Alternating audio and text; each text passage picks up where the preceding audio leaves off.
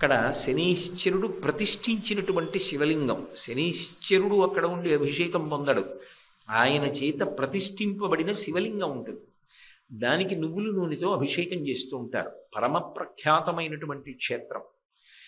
అటువంటి శనీశ్వర గ్రహం మనని అనుగ్రహించాలి అంటే అమ్మవారి యొక్క నడకని మనసులో భావన రోజు ఒకసారి చెయ్యమన్నారు.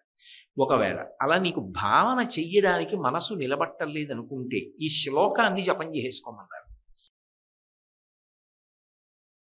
అమ్మవారిని లలితా సహస్రనామ స్తోత్రంలో కీర్తిస్తూ వ్యాస భగవానుడు ఒక నామంతో సంబోధిస్తాడు, మరాళి మందగమన అని. ఆ తల్లి యొక్క నడక అంత మెల్లగా ఉంటుంది. ముత్తుస్వామి దీక్షితారు వారు కామాక్షి పరదేవత మీద కీర్తన చేస్తూ కుంజరగమని అంటారు. ఏనుగు యొక్క నడక ఎలా ఉంటుందో అలా ఉంటుంది. మరాళి మందగమన, చాలా మెల్లనైనటువంటి నడక నడుస్తూ ఉంటుంది. ఆమె నడిచేటప్పుడు ఉద్వేగం ఉండదు. ఆమె నడిచేటప్పుడు ఉద్వేగం ఉండదు అంటే అది ఆమె ఎప్పుడూ ప్రశాంతంగా ఉంటుంది కాబట్టి ప్రశాంతంగా నడుస్తూ ఉంటుంది. అది విశేషం. కాకపోతే అది ఆమెకి సంబంధించినటువంటి కీర్తన అవుతుంది. అది సాధనలో మనకెలా పనికొస్తుంది అంటే అమ్మవారి యొక్క నడక ఒక్కసారి మనసులో భావన చేసినంత మాత్రం చేత శనీశ్వర గ్రహం వలన కలిగేటటువంటి దోషములు ఉంటే ఉపశాంతి పొందుతాయి. అది మూకపంచశతిలో మూకశంకరులు ఆవిష్కరించినటువంటి ఒక పరమాద్భుతమైన రహస్యం. అమ్మవారు ఇప్పటికీ కాంచీపురం అఖిలాండీశ్వరి క్షేత్రం, అప్పుక్షేత్రమైనటువంటి ఆ క్షేత్రంలోనూ ఎప్పుడూ కూడా తిరుగుతూ ఉంటుంది, ఆమె కదులుతూ ఉంటుంది. అలాగే శ్రీశైల క్షేత్రంలో కూడా ఎక్కువగా కన్యారూపంలో తిరుగుతూ ఉంటుంది. సరే, భ్రమణనాదం వినపడుతూనే ఉంటుంది, భ్రామరిగా తిరుగుతూ ఉంటుంది. ఆమె శక్తి, కానీ అలాగని ఆమె నడకయందు ఉద్వేగం ఉండదు. అందుకే దధానో భాస్వత్త అమృత నిలయో లోహిత వపు వినమ్రాణం సౌమ్యో అని మూకశంకరులు అమ్మవారి మీద స్తోత్రం చేస్తూ కొన్ని రహస్యాలు చెప్పారు.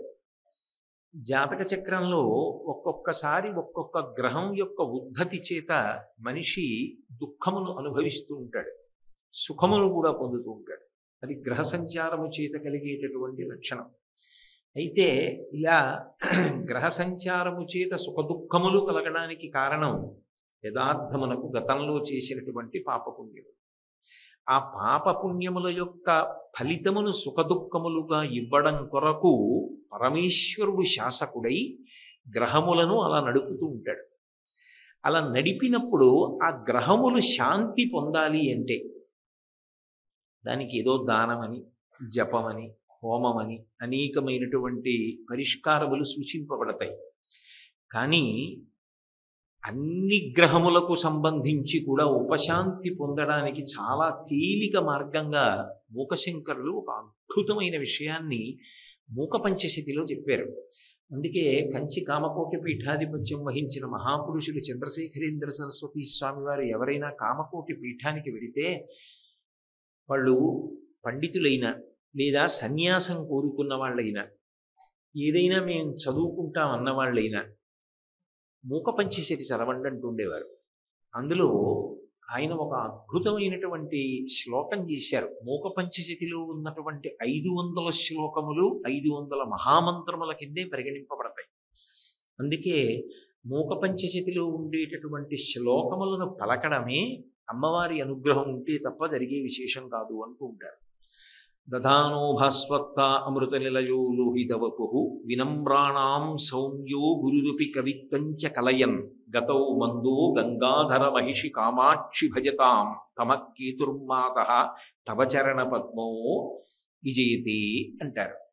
9 గ్రహములను అమ్మవారి యొక్క శరీరంలోకి న్యాసం చేసి చూపించారు. అమ్మవారిని ఒక్కసారి ధ్యానం చేస్తే, ఎలా ధ్యానం చేస్తే ఏ గ్రహం శాంతి పొందుతుందో చెప్పారు. ఇది మహాపురుషులైనటువంటి వారు చేసినటువంటి పరమాద్భుతమైన ప్రయోగాలు. మన జాతి గర్వించదగ్గ మహాపురుషులు వాళ్ళందరూ. ముత్తుస్వామి దీక్షితారు వారి యొక్క శిష్యుడికి ఒకానొకప్పుడు శూలవ్యాధి వచ్చింది. వైద్యుల దగ్గరికి వెళ్ళినా కూడా ఆ వ్యాధి పోలేదు. దీక్షితారు వారికి జ్యోతిష శాస్త్రంలో మంచి ప్రవేశం ఉంది.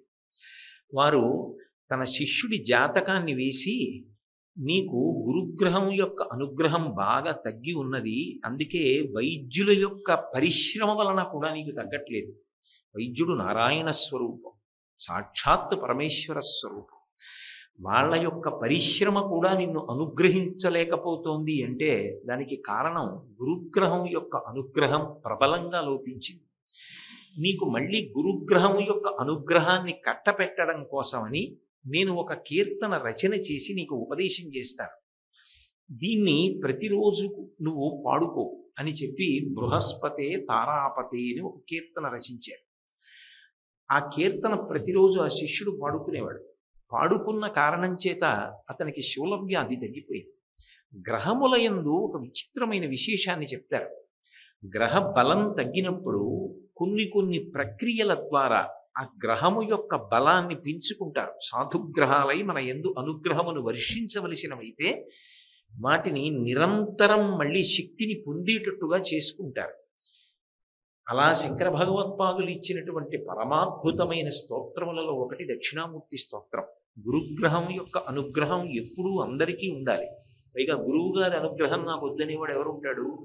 అందుకు దక్షిణామూర్తి స్తోత్రం ఇచ్చారు. దక్షిణామూర్తి స్తోత్రం ప్రతిరోజు చదువుకుంటే గురుగ్రహం యొక్క అనుగ్రహం విశేషంగా లభిస్తుంది జాతకంలో. అలాగే మూకశంకరులు ఈ శ్లోకాన్ని ఇస్తూ ఒక గొప్ప మాట అన్నారు. దధానోభస్వత్త అమృతనిలయో లోహితవపుః వినమ్రాణాం సౌమ్యో గురురపి కవిత్వంచ కలయన్ గతౌ మందో గంగాధర మహిషి కామాక్షి భజతాం తమ కేతుర్మాతః తవ చరణ పద్మో విలసితే విజయతే అన్నారు. అమ్మవారి పాదముల వంక ధ్యానంలో చూసి ఆమె మంజీర ధ్వనులు వినపడుతుండగా ఆవిడ మెల్లగా నడుస్తున్నది అని భావన చేసి, ఆవిడ నడకలను భావన చేసిన వాడు ఎవరు ఉంటాడో ఆ నడకని భావన చేసిన వాడికి శనీశ్చర గ్రహం ఒకవేళ ఏలినాటి శని దోషంలో ఉన్నా కూడా ఆ నడకని భావన చేసినంత మాత్రం చేత ఆ శనిగ్రహ దోషము ఉపశమిస్తుంది అని ఆయన ప్రతిపాదన చేశారు. ఎందుకని అంటే శనీహి చరహ శనీశ్చరః. మందుడు అని పేరు, మందపల్లి అని మనకు ఒక క్షేత్రం. అక్కడ శనీశ్చరుడు ప్రతిష్ఠించినటువంటి శివలింగం. శనీశ్చరుడు అక్కడ ఉండి అభిషేకం పొందడు, ఆయన చేత ప్రతిష్ఠింపబడిన శివలింగం ఉంటుంది. దానికి నువ్వుల నూనెతో అభిషేకం చేస్తూ ఉంటారు. పరమ ప్రఖ్యాతమైనటువంటి క్షేత్రం. అటువంటి శనీశ్చర గ్రహం మనని అనుగ్రహించాలి అంటే అమ్మవారి యొక్క నడకని మనసులో భావన రోజు ఒకసారి చెయ్యమన్నారు. ఒకవేళ అలా నీకు భావన చెయ్యడానికి మనసు నిలబట్టలేదనుకుంటే ఈ శ్లోకాన్ని జపం చేసుకోమన్నారు. గతౌ మందో గంగాధర మహిషి కామాక్షి భజతాం తమ కేతుర్మాతః తవ చరణ పద్మో విజయతే. ముత్తుస్వామి దీక్షితారు వారికి శిష్యుడు అనుగ్రహింపబడవలసినటువంటి సమయం ఆసన్నమైనప్పుడు ఆయన గురుగ్రహం మీద బృహస్పతే తారాపతే అన్న కీర్తన వ్రాసిన తరువాత, ఇలా లోకాన్ని మీరు అనుగ్రహించవలసి ఉంటుంది, ఒక్క గురుగ్రహం మీద కాదు 9 గ్రహాల మీద రాయమంటే మహానుభావుడు దీక్షితారు వారు 9 గ్రహాల మీద కీర్తనలు చేశారు. అలాగే 9 గ్రహాలని అమ్మవారిలోకి న్యాసం చేసి చూపించారు మూకశంకరు. గతౌ మందు, ఆమె నడక చాలా మెల్లగా ఉంటుంది. అన్ని గ్రహాల్లోకి శనీశ్చర గ్రహం మెల్లిగా నడుస్తుంది. అందుకే శనీహి చరహ శనీశ్చరః, మెల్లమెల్లగా నడుస్తాడు కాబట్టి ఆయనకి శనీశ్చరుడు అని పేరు. అటువంటి నడకలు ఏవి ఉన్నాయో ఆ నడక చాలా మెల్లగా ఉంటుంది. అయితే ఏమండి, ఉద్వేగం ఉండవలసిన అవసరం ఆవిడకు ఉండదు కాబట్టి, ఆవిడ ఎప్పుడూ ప్రశాంతంగా ఉంటుంది కాబట్టి ఆవిడ మెల్లగా నడిచింది, బాగుంది. కానీ మరి రాక్షస సంహారం చేసిందిగా, అనేక అవతారములను స్వీకరించిందిగా, అప్పుడు కూడా అలాగే మెల్లమెల్లగానే నడుస్తుందా? యుద్ధం చేస్తున్నప్పుడు కొంచెం తొందరగా నడవడం, అడుగులు వడివడిగా వేయడం అలా ఏముండదా? అంటే తత్వతః చెప్పవలసి వచ్చినప్పుడు మరాళి మందగమన, ఆమె మెల్లగా నడుస్తుంది అన్న మాటకు అర్థం ఏమిటంటే నిజానికి నీకు ఆమె బయట లభ్యమయ్యే అవకాశం బహు తక్కువ. ఆమె యొక్క ఆరాధన చెయ్యాలి అంటే అంతర్ముఖత్వము ఎవరికి అలవాటు పడుతుందో వాడికి మాత్రమే ఆమె చిక్కుతుంది. అందుకే అంతర్ముఖ సమారాధ్య బహిర్ముఖ సుదుర్లభ. బయట చూడడం ఎందుకు అంటే ఆ ఉత్సవాన్ని, ఆ సేవని, ఆ పూజని లోపల పట్టుకోవడానికి. కన్నులు మూసుకుని లోపల ఉపాసన చేసినప్పుడు ఆమె లభ్యమవుతుంది. ఈ లోపల దొరుకుతుంది తప్ప నిజానికి ఆమె బయట దొరికేది కాదు. బయట ఎక్కడో ఆవిడ్ని పట్టుకోవడం సాధ్యం కాదు. మరి మెల్లగా నడిచేటటువంటి అమ్మ యొక్క నడక ఎక్కడ కనపడుతుంది అంటే నిజానికి ఇక్కడ కనపడుతుంది. తాడేపల్లి రాఘవనారాయణ శాస్త్రి గారు ఉపాసన చేసి చేసి చేసి చేసి పడిపోయారు. అన్నం కూడా తినలేదు. మహానుభావుడు ఆ రోజుల్లో ఆయన అంత దారిద్ర్యాన్ని కూడా అనుభవించారు. ఒకరిని అడగలేదు. పడిపోతే అమ్మవారే వచ్చి శాస్త్రి అని తలెత్తి తొడ మీద పెట్టుకుని పాయసాన్నం పెట్టేది. ఆ తర్వాత ఆయనకి వెనక్కి తిరిగి చూడలేదు. ఆయన దేవీ నవరాత్రి ఉత్సవాలు చెయ్యాలని సంకల్పం చేసేవారు. ఇంట్లో పావుషేరు బియ్యం ఉండేవి. వెళ్ళి అమ్మవారికి నమస్కారం పెట్టేవారు. మహాలయ పక్షంలో అమావాస్య తిథి నాడు నమస్కారం పెట్టేవారు. ఆయన మరునాడు బ్రాహ్మీ ముహూర్తంలో తెల్లవారి లేచేటప్పటికీ ఎదురుగుండా రైస్ మిల్ నుంచి కబురు వచ్చేది. నిన్న రాత్రి ఎక్కడి నుంచో బళ్ళు వచ్చాయి, శాస్త్రి గారు ఇల్లు వెతుక్కుని రావడం ఆలస్యమైంది, ఎవరో అమ్మవారి ఉత్సవాల కోసం అని చెప్పి బెల్లం దిమ్మలు, కందులు, మినువులు, బియ్యం ఇవన్నీ పంపించారు. ఆయన్ని ఇప్పుడు నిద్ర లేపడం ఎందుకు, మీకు ఎలాగో తెలివిగా ఉన్నారు కదా, ఇక్కడ దింపేస్తాను, రేపు పొద్దున్న ఇచ్చేయండి అని దింపేశారు. శాస్త్రి గారు తీసుకెళ్ళండి అనేవారు. అమ్మవారి ఉత్సవానికి కావలసినవన్నీ వచ్చేసేవి. అమ్మవారి ఉత్సవానికి వచ్చినటువంటివి విజయదశమి నాడు ఆయన ఏం చేసేవారంటే ఏవైనా మిగిలిపోతే అవన్నీ కూడా పిండి వంటలు వండించేసి వచ్చిన వాళ్ళకి అందరికీ పెట్టేసి, ఇంకా మిగిలిపోతే అమ్మ ఉత్సవానికి ఇచ్చింది తప్ప మిగల్చుకు నీ తినడానికి కాదు అని రహదారి మీద వెళ్ళిపోతున్నటువంటి వాహనాలు ఆపి అందులోకి భక్తుల్ని ఎక్కించి ప్రసాదం పంచిపెట్టేసేవారు. విజయదశమి సాయంకాలానికి వచ్చిన డబ్బు పదార్థాలు అయిపోవాలి. ఏకాదశి నాటికి మళ్ళీ మామూలు. ఆయనకి అమ్మవారు ఇస్తుంది ఆయన తినడానికి కావలసినంత. ఆ ఉపాసన బలం ఎలా ఉండేదంటే నేను ఆ చందోలు వెళ్ళి చూశా. నాతో ఇక్కడ ఉన్న వాళ్ళు కొంతమంది ఉన్నారు కూడా. వెళ్ళినప్పుడు గోపాలకృష్ణ గారు కూడా నాతో వచ్చారప్పుడు. ఆయన మడత కుర్చీలో పడుకుని ఉండేవారు. పడుకుని ఉంటే ఒక స్త్రీ ఆయన్ని చూడడానికి వచ్చింది. వచ్చి శాస్త్రి గారు ఉన్నారా అని అడిగింది. నేనే శాస్త్రిని అన్నారు. ఏమిటమ్మా అలా మాట్లాడతారు, శాస్త్రి గారు మగ ఆయన కదా, మీరు ఆడవారు కదా, శాస్త్రి గారిని అడుగుతున్నానమ్మా, నీకు గుర్తుందా, నేనేనే శాస్త్రిని అన్నారు ఆయన. మళ్ళీ అలా అంటారేంటమ్మా, శాస్త్రి గారు ఉంటే చెప్పండి దర్శనం చేసుకుంటారు. నేను శాస్త్రిని అని లేచి నిలబడ్డారు. ఆవిడ ఉలిక్కి పడింది. అప్పుడు శాస్త్రి గారిలా కనపడ్డారు. ఆయన చాలా మందికి స్త్రీలా కనపడేవారు. ఆ ఉపాసన బలం. చిట్ట చివర ఆయన భౌతిక కాయాన్ని తీసుకెళ్ళి చితి మీద పెడితే అమ్మవారు లేచింది ఆయన శరీరం నుంచి. అంత మంత్రపూతం అయిపోయింది శరీరం. కంచి కామకోటి పీఠాధిపత్యం వహించిన మహాపురుషులు చంద్రశేఖరేంద్ర సరస్వతి స్వామివారు ఆ రోజుల్లో ఒక మాట అనేవారు. ఇక్కడ దాకా ఎందుకు వచ్చారు, కంచి దాకా, అక్కడ రాఘవనారాయణ శాస్త్రి గారు ఉన్నారుగా అంటూ ఉండేవారు. ఆయన ఉన్న చోట అమ్మవారు తిరుగుతుండేది. ఆయన పడుకుంటే గడప మీద కూర్చునేది. అనేక పర్యాయాలు అమ్మవారితో హాస్యమాడి వ్యాసుణ్ణి పిలిచి చెప్తాననేవారు. ఆయన అలా రాసిన పుస్తకాలు ఉన్నాయి ఇప్పటికీ. పలికింది తల్లి. ఎలా అంటే లోపల ఉపాసన.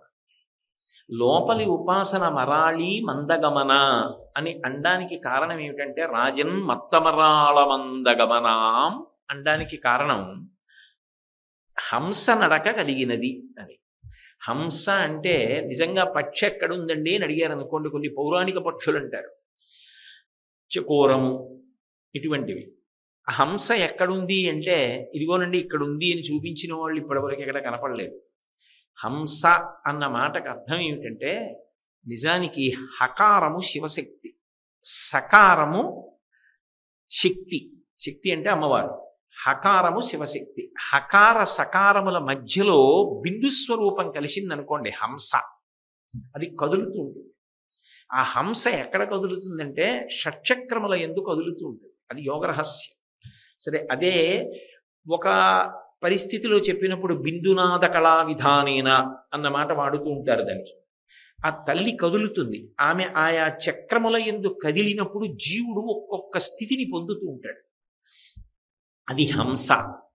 అందుకే మీరు చూడండి, ఈ హ ఈ స ఈ రెండింటినీ కలిపి అమ్మవారిని అయ్యవారిని సంయోగంగా ప్రతిపాదన చేస్తారు. అందుకే సూక్తం దగ్గరికి వచ్చేటప్పటికి శ్రీ సూక్తం అంటే అమ్మవారి పరంగా ఉన్నది హిరణ్యవర్ణాం హరిణీం అని మొదలవుతుంది హకారంతో.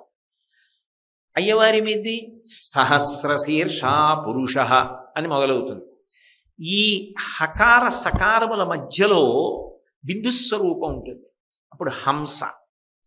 ఈ హంస మరాళీ మందగమన, మెల్లగా నడుస్తుంది. దీని అర్థం ఏమిటంటే, యథార్థమునకు ఉపాసనలో దాని అర్థం ఏమి అంటే, నువ్వు ఎంత ఉద్వేగంగా ఉండి చేస్తుంటావో అంతగా ఆమె నీకు పట్టుపడకుండా ఉంటుంది. కామము క్రోధము ఈ రెండు అక్క చెల్లెళ్ళు. అందుకే రాగస్వరూప పాషాఢ్య క్రోధాకారాంకుశోజ్వల. రాగమున్న చోట క్రోధం ఉంటుంది, క్రోధమున్న చోట రాగం ఉంటుంది. ఈ రెండు పాశములే. అయితే ఈ రెండు ఎక్కడుంటాయో అక్కడ ఉద్వేగం ఉంటుంది. ఎక్కడ ఉద్వేగం ఉన్నదో అక్కడ ఊపిరి ఎందు చురుకుతనం ఉంటుంది. చాలా వేగంగా ఊపిరి తీసి చాలా వేగంగా ఊపిరి వదిలిపెడతారు. ఎంత వేగంగా ఊపిరి తీసి ఎంత వేగంగా ఊపిరి వదిలిపెడుతున్నాడో ఉపాసనకి అంత దూరంగా ఉన్నాడని గుర్తు. ఆసనం అంటే కూర్చోవడం, ఉపాసన అంటే దగ్గరగా కూర్చోవడం. దగ్గరగా కూర్చునుట అన్న మాటకు అర్థం ఏంటంటే, నువ్వు మనసుతో ఎంత పట్టుకుంటున్నావు, ఆమె కదలికలను ఎంత పట్టుకుంటున్నావు. ఆమె కదలికని పట్టుకున్నది నిజం అనుకోండి, మీకు పూజ యందు అన్ని ఉపచారములు జరగవు. యథార్థానికి ఏదో ఒక్క ఉపచారం చేసేటప్పుడు ఏమవుతుందంటే, రోమాంచితమైపోయి కన్నుల వెంట ఆనంద భాష్పాలు కారుతూ రెండు చేతులు ఇలా చాపి అలా ఉండిపోతాడు. శంకర భగవత్పాదులు సౌందర్యలహరిలో ఒక శ్లోకం చేశారు. కదా కాళీ మాత కదయ కలితాలక్తకరసం పిబేయం విద్యార్థీ తవ చరణ నిర్నీజన జలం ప్రకృత్యా మూకానామపి చ కవితా కారణతయా అంటూను. కథా దత్తే వాణి ముఖ కమలతాంబూలరసతాం అంటారు. పాదయోహో పాద్యం సమర్పయామి అంటాం. అన్నప్పుడు ఏదో తామలపాకుతో ఇలా నీళ్లు తీసి ఇలా ఓసారి అనేస్తాం. అది ఊపిరి వేగంగా ఉంది, పట్టుకోలేకపోయాడని గుర్తు. ఉపాసన అంటే నిజానికి అలా అమ్మవారి పాదాలు కడగాలి అని అనుకున్నాడు అనుకోండి, ఆమె రాజాధిరాజేశ్వరి అయినటువంటి తల్లి కాబట్టి ఆవిడ నిజానికి రెండు పాదములు కింద పెట్టి కూర్చోదు. ఆవిడ ఒక పాదాన్ని పాదపీఠం మీద పెట్టి ఒక పాదాన్ని ఎత్తి రెండవ తల మీద వేసి కూర్చుంటుంది. అలా కూర్చున్నప్పుడు నిజానికి పాదములు కడగాలని మీరు అనుకున్నారనుకోండి, ఆమె అనుమతి ఇచ్చి రెండో పాదం కిందకి దింపాలి. అందుకే ఏకన్యంచనతి క్షమం మమ పరంచ ఆకుంచ పాదాంబుజం మధ్యే విష్టర పుండరీకమభయం విన్యస్య హస్తాంబుజం త్వాం పశ్యేమ నిషేదుషీం ప్రతికలంకారుణ్యకూలంకష స్ఫారాపాంగతరంగమంభమధురం ముగ్ధం ముఖం బిభ్రతి. అమ్మా, నా కోసం రెండవ కాలు కూడా విడిచిపెట్టమ్మా అంటే, ఆ తల్లి ప్రేమతో రెండో కాలు తీసి కిందకి దింపుతున్నప్పుడు ఆ కాలుకున్న మంజీరముల సవ్వడి వినపడుతుంది. అది ఎవడు వినగలడో, ఎవడు అలా పూజ చెయ్యగలడో వాడికి వినపడుతుంది. అందుకే ఎప్పుడూ కూడా పూజ చూసే ప్రయత్నం చేయకండి అంటారు. ఎందుకంటే నిజంగా పూజ చేసేటటువంటి దక్షత ఉన్నవాడి పూజ చూశారనుకోండి, అది ఒక పిచ్చివాడి పూజలో ఉంటుంది. ఆయన పూజ రాదనమాట అండి. ఇన్నాళ్ళు మనం ఏదో ఆయన పెద్ద పూజా దురంధరుడు అనుకున్నాం. నిజంగా ఆయన పూజ చేసి చూస్తే మనం చేసే పూజలు వెయ్యోవంతు చేయడైనా పాపం ఆయనకి ఏం రాదండి, అలా చేస్తున్నాడు అనుకుంటాం. కానీ ఆయనే నిజమైన పూజ చేస్తాడు. ఎందుకో తెలుసా? పాదయోహో పాద్యం సమర్పయామి అంటే అయిపోయింది ఆయన పూజ. ఎందుకంటే ఆయనకి ఆ రెండో పాదం కనపడుతుంది. ఆయన మనసుతో బంగారు పళ్ళెం పెడతాడు. ఆయన ధర్మపత్ని వచ్చి మల్లెలు జాజులు సంపంగిలు అన్నీ అందంగా పళ్ళెల్లో సర్దుతుంది. అప్పుడు అమ్మవారిని ప్రార్థన చేస్తే రెండు పాదములు ఎత్తి ఆ పువ్వుల పళ్ళెంలో పెడుతుంది. ధర్మపత్ని బంగారు కలశంతో నీళ్లు పోస్తుంది. ఈయన కుడి చేత్తో అమ్మవారి పాదాలు కడుగుతూ ఆ చీర కొంగు పైకెత్తి పట్టుకుని ఆ మంజీరం కొంచెం పైకెత్తి అమ్మవారి కాళ్ళు కడుగుతాడు. ఆవిడ కాళ్ళకి పాదములకు అలంకారం చేయబడినటువంటి లత్తుక ఆ నీళ్లలో కడిగి, మనం సువాసిని పూజ చేసినప్పుడు నీళ్లు ఎర్రగా ఉంటాయే అటువంటి ఎర్రటి నీళ్లు తయారవుతాయి. ఆవిడ పాదములకు సహజ సుగంధం ఉంటుంది. ఆవిడ ఒళ్ళంతా సుగంధభరితం. ఆ సహజ సుగంధభరితమైన పాదములను కడిగినప్పుడు ఆ లత్తుకతో కరిగినటువంటి ఎర్రటి నీళ్లున్నాయే అవి సరస్వతీదేవి తాంబూల చర్వణం చేసిన లాలాజనంతో సమానం. ఆ తీర్థాన్ని ఒక్క ఉద్ధరణుడు ఇలా పుచ్చుకున్నవాడు ఉంటాడే, వాడికి వచ్చే సరస్వతీ కటాక్షం అనన్య సామాన్యం. కదా కాళీమాత కథయ కలితాలక్తకరసం.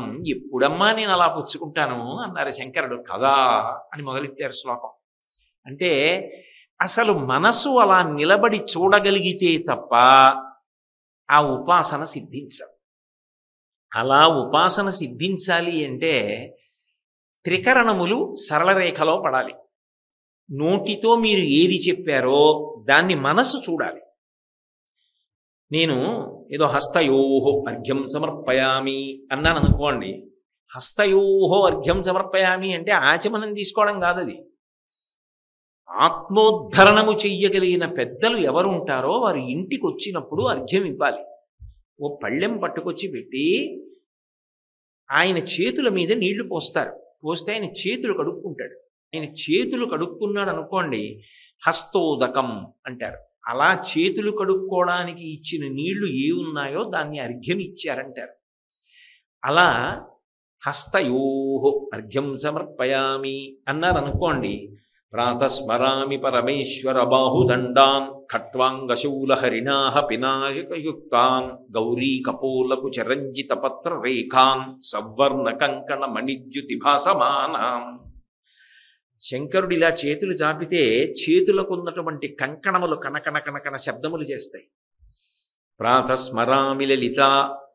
ఆ తల్లి యొక్క భుజములను ఒక్కసారి జ్ఞాపకం తెచ్చుకుంటే, ఆ చేతులు జ్ఞాపకం తెచ్చుకుంటే ఆవిడ గాజులు గలగల గలగల శబ్దం చేస్తాయి.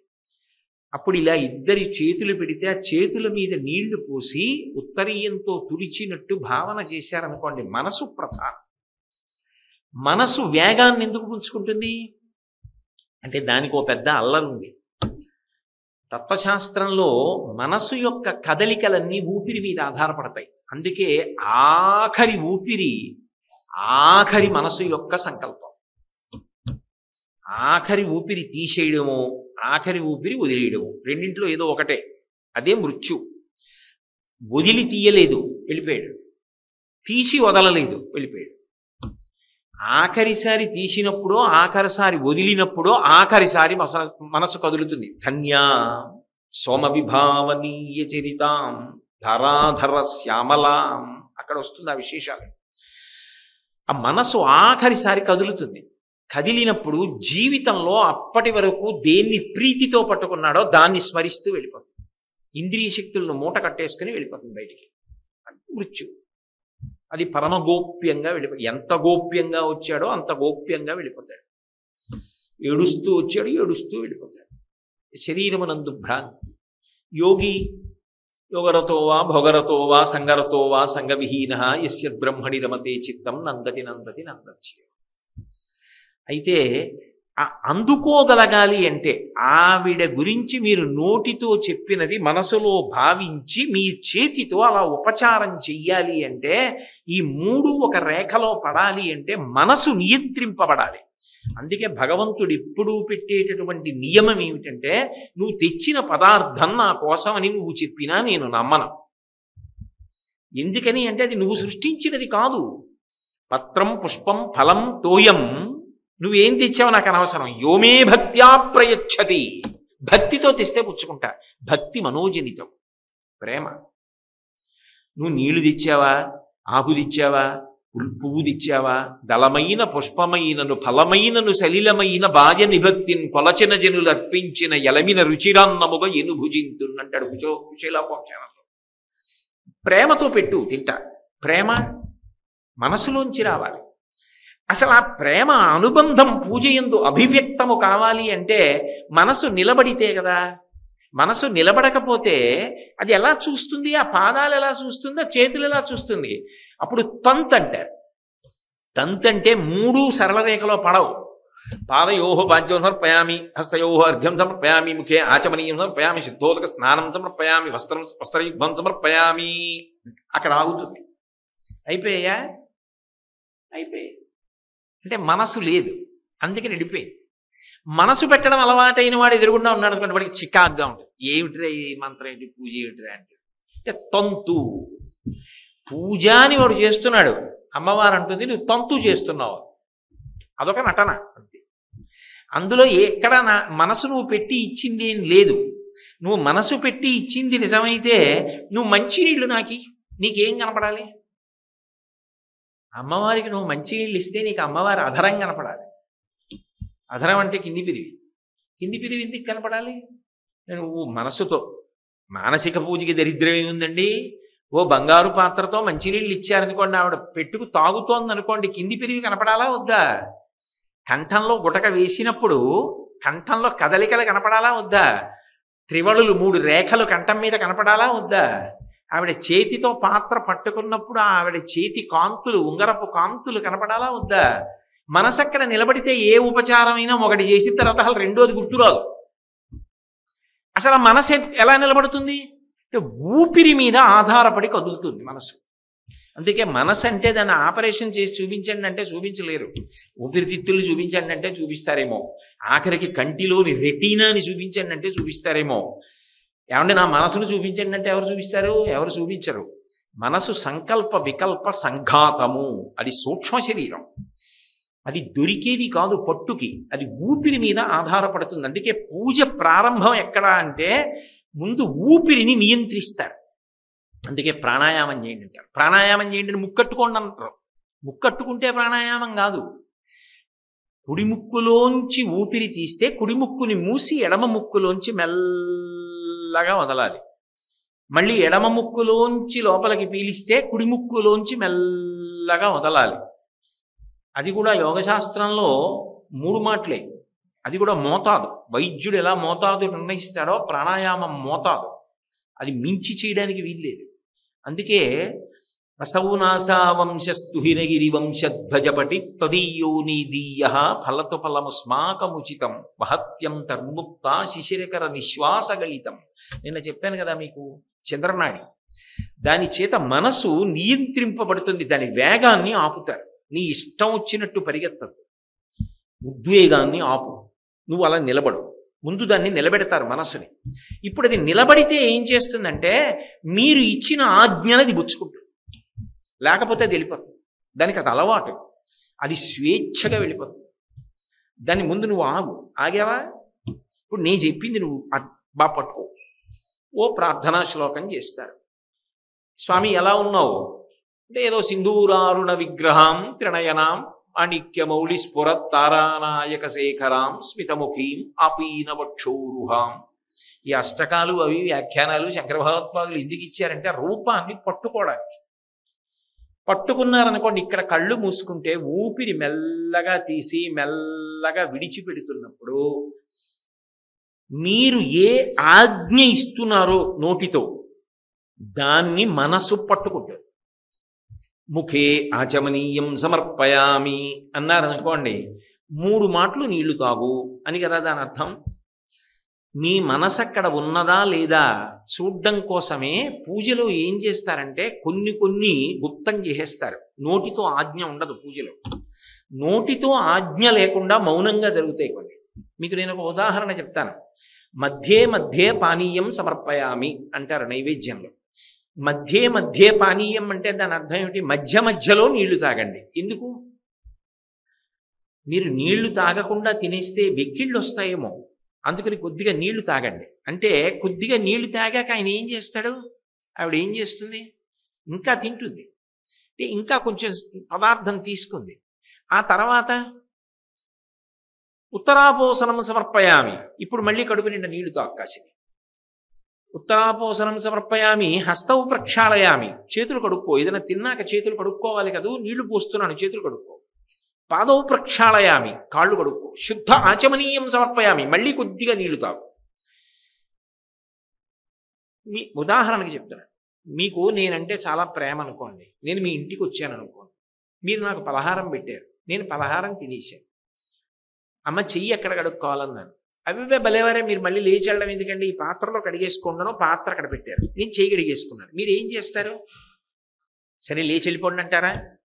నేను ఉత్తరీయం ఇలా తీసి తుడుచుకోబోతున్నాను అనుకోండి, అయ్యో ఉండండి ఉండండి అని తువ్వాలు పట్టుకొచ్చి ఇచ్చి తుడుచుకోండి అంటారు కదా. హస్తౌ ప్రక్షాళయామి మీరు చెప్తే నిజంగా మీ మనసు అక్కడే నిలబడినది నిజమైతే మీరు ఏం చేయాలి? ఉత్తరీయం ఇలా తీసి అమ్మ చేతులు తుడుచుకో అని ఇలా పడితే ఆవిడ ఇలా చేతులు తుడుచుకుంటే ఆవిడ చేతికున్న కుంకం పసుపు పరమశివుడు ఆమె యొక్క బుగ్గలు పుణికినప్పుడు ఆమె అలదుకున్న అంగరాగములు అంటుకున్న ఉత్తరీయాన్ని వాసన చూసి నెత్తి మీద ఎట్టుకు పొంగిపోతారా? పొంగిపోరా? అసలు అంతవరకు ఎందుకండి? పాదయోహ పాద్యం సమర్పయామి అన్నప్పుడు పాదాలు కనపడ్డాయనుకోండి, వెంటనే నీళ్లు వేస్తారా కడుక్కొమ్మని? గృహీత్వా హస్తాభ్యాం శిరసి నయనే వక్షసి వహన్, అమ్మా ఒక్కసారి నా చేతుల్లో పెట్టమ్మా అని ఆవిడ 2 కాళ్ళు ఎత్తి 2 పాదాలు అరిచేతుల్లో పెట్టింది అనుకోండి, ఇంకా దగ్గరికి జరిగి అమ్మా ఒక్కసారి శిరసి తల మీద పెట్టుకుంటానమ్మా, సరే పెట్టుకో అందనుకోండి, అమాంతం నెత్తి మీద పెట్టుకుంటారా? మీరు బాగా వంగి ఆవిడ పాదాలు తల మీద పెట్టుకుంటారా? బాగా వంగాక ఆవిడ 2 పాదాలు తల మీద పెడితే ఇదేమన్నా బల్ల, జారిపోతాయి పాదాలు. మీరు ఏం చేయాలి? ఇలా 2 చేతులతో ఆవిడ పాదాలు పైకి పట్టుకుంటే ఆ తాబేటి డిప్పల్లా ఉన్నటువంటి పాదముల పైభాగం చేతులకు తగులుతుంటే, అరికాళ్ళు తల మీద తగులుతుంటే మీరు అలా పట్టుకుని పరమ సంతోషాన్ని ధ్యానంలో అనుభవిస్తున్నారు అనుకోండి. ఇలా ఉన్నాడు అనుకోండి, ఏమంటారు? పిచ్చాడంటారు. ఏమిటి ఆ పూజ అంటారు? ఏమిటి ఆ నెత్తి మీద చేతులు అలా ఉన్నాడు ఏంటండి అంటారు. అందుకే మహాత్ముల పూజ పిచ్చివాడి పూజలా ఉంటుంది. ఉన్మత్త శేఖరాయ నమః అని శివుడికి పేరు. రామకృష్ణ పరమహంస సమాజానికి పిచ్చివాళ్ళే కనపడడానికి కారణం అదే. ఎందుకంటే ఆయనకి మనసు నిలబడుతుంది, నా బోటిగాడికి నిలబడదు. మీ బోటిగాడు పూజ చేసినప్పుడు నా బోటిగాడు చూశాడు అనుకోండి, ఏం పూజ అది అంటారు. ఎందుకంటే నేను ఎప్పుడైనా చేస్తే కదా జన్మలో ఓసారి అయినా సరిగ్గా.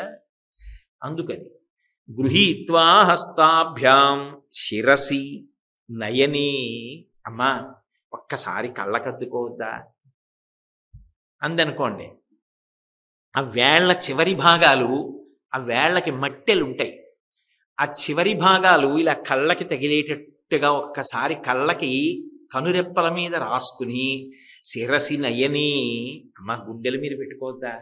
పెట్టుకో. ఇంకా బాగా దగ్గరికి జరిగి గుండెల మీద పెట్టుకుని వక్షసి వహన్ సమాశ్లిష్యాఘ్రాయ స్ఫుట జలజగంధాన్ పరిమళాన్.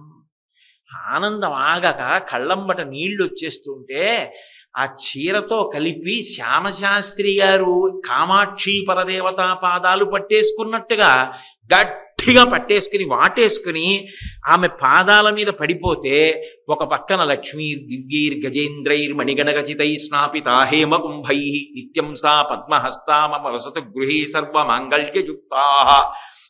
దిగ్గజములు వచ్చి కనక కుంభములతో తామర పువ్వులు అభిషేకం చేస్తుంటే ఆ పువ్వులు అమ్మవారి తల మీద పడి ఇలా పట్టుకుని పడుకున్న నా తల మీద తామర పువ్వులు టక్ టక్ టక్ అని పడుతుంటే ఆ సువాసనలో ఆఘ్రానిస్తూ నేను అలా ఉండిపోయాను అనుకోండి. బాహ్యంలో అవకాశమా, మనసు నిలబడితే అవకాశమా? మనసు నిలబడితే పూజ. అప్పుడు ఒక్క ఉపచారం చాలు.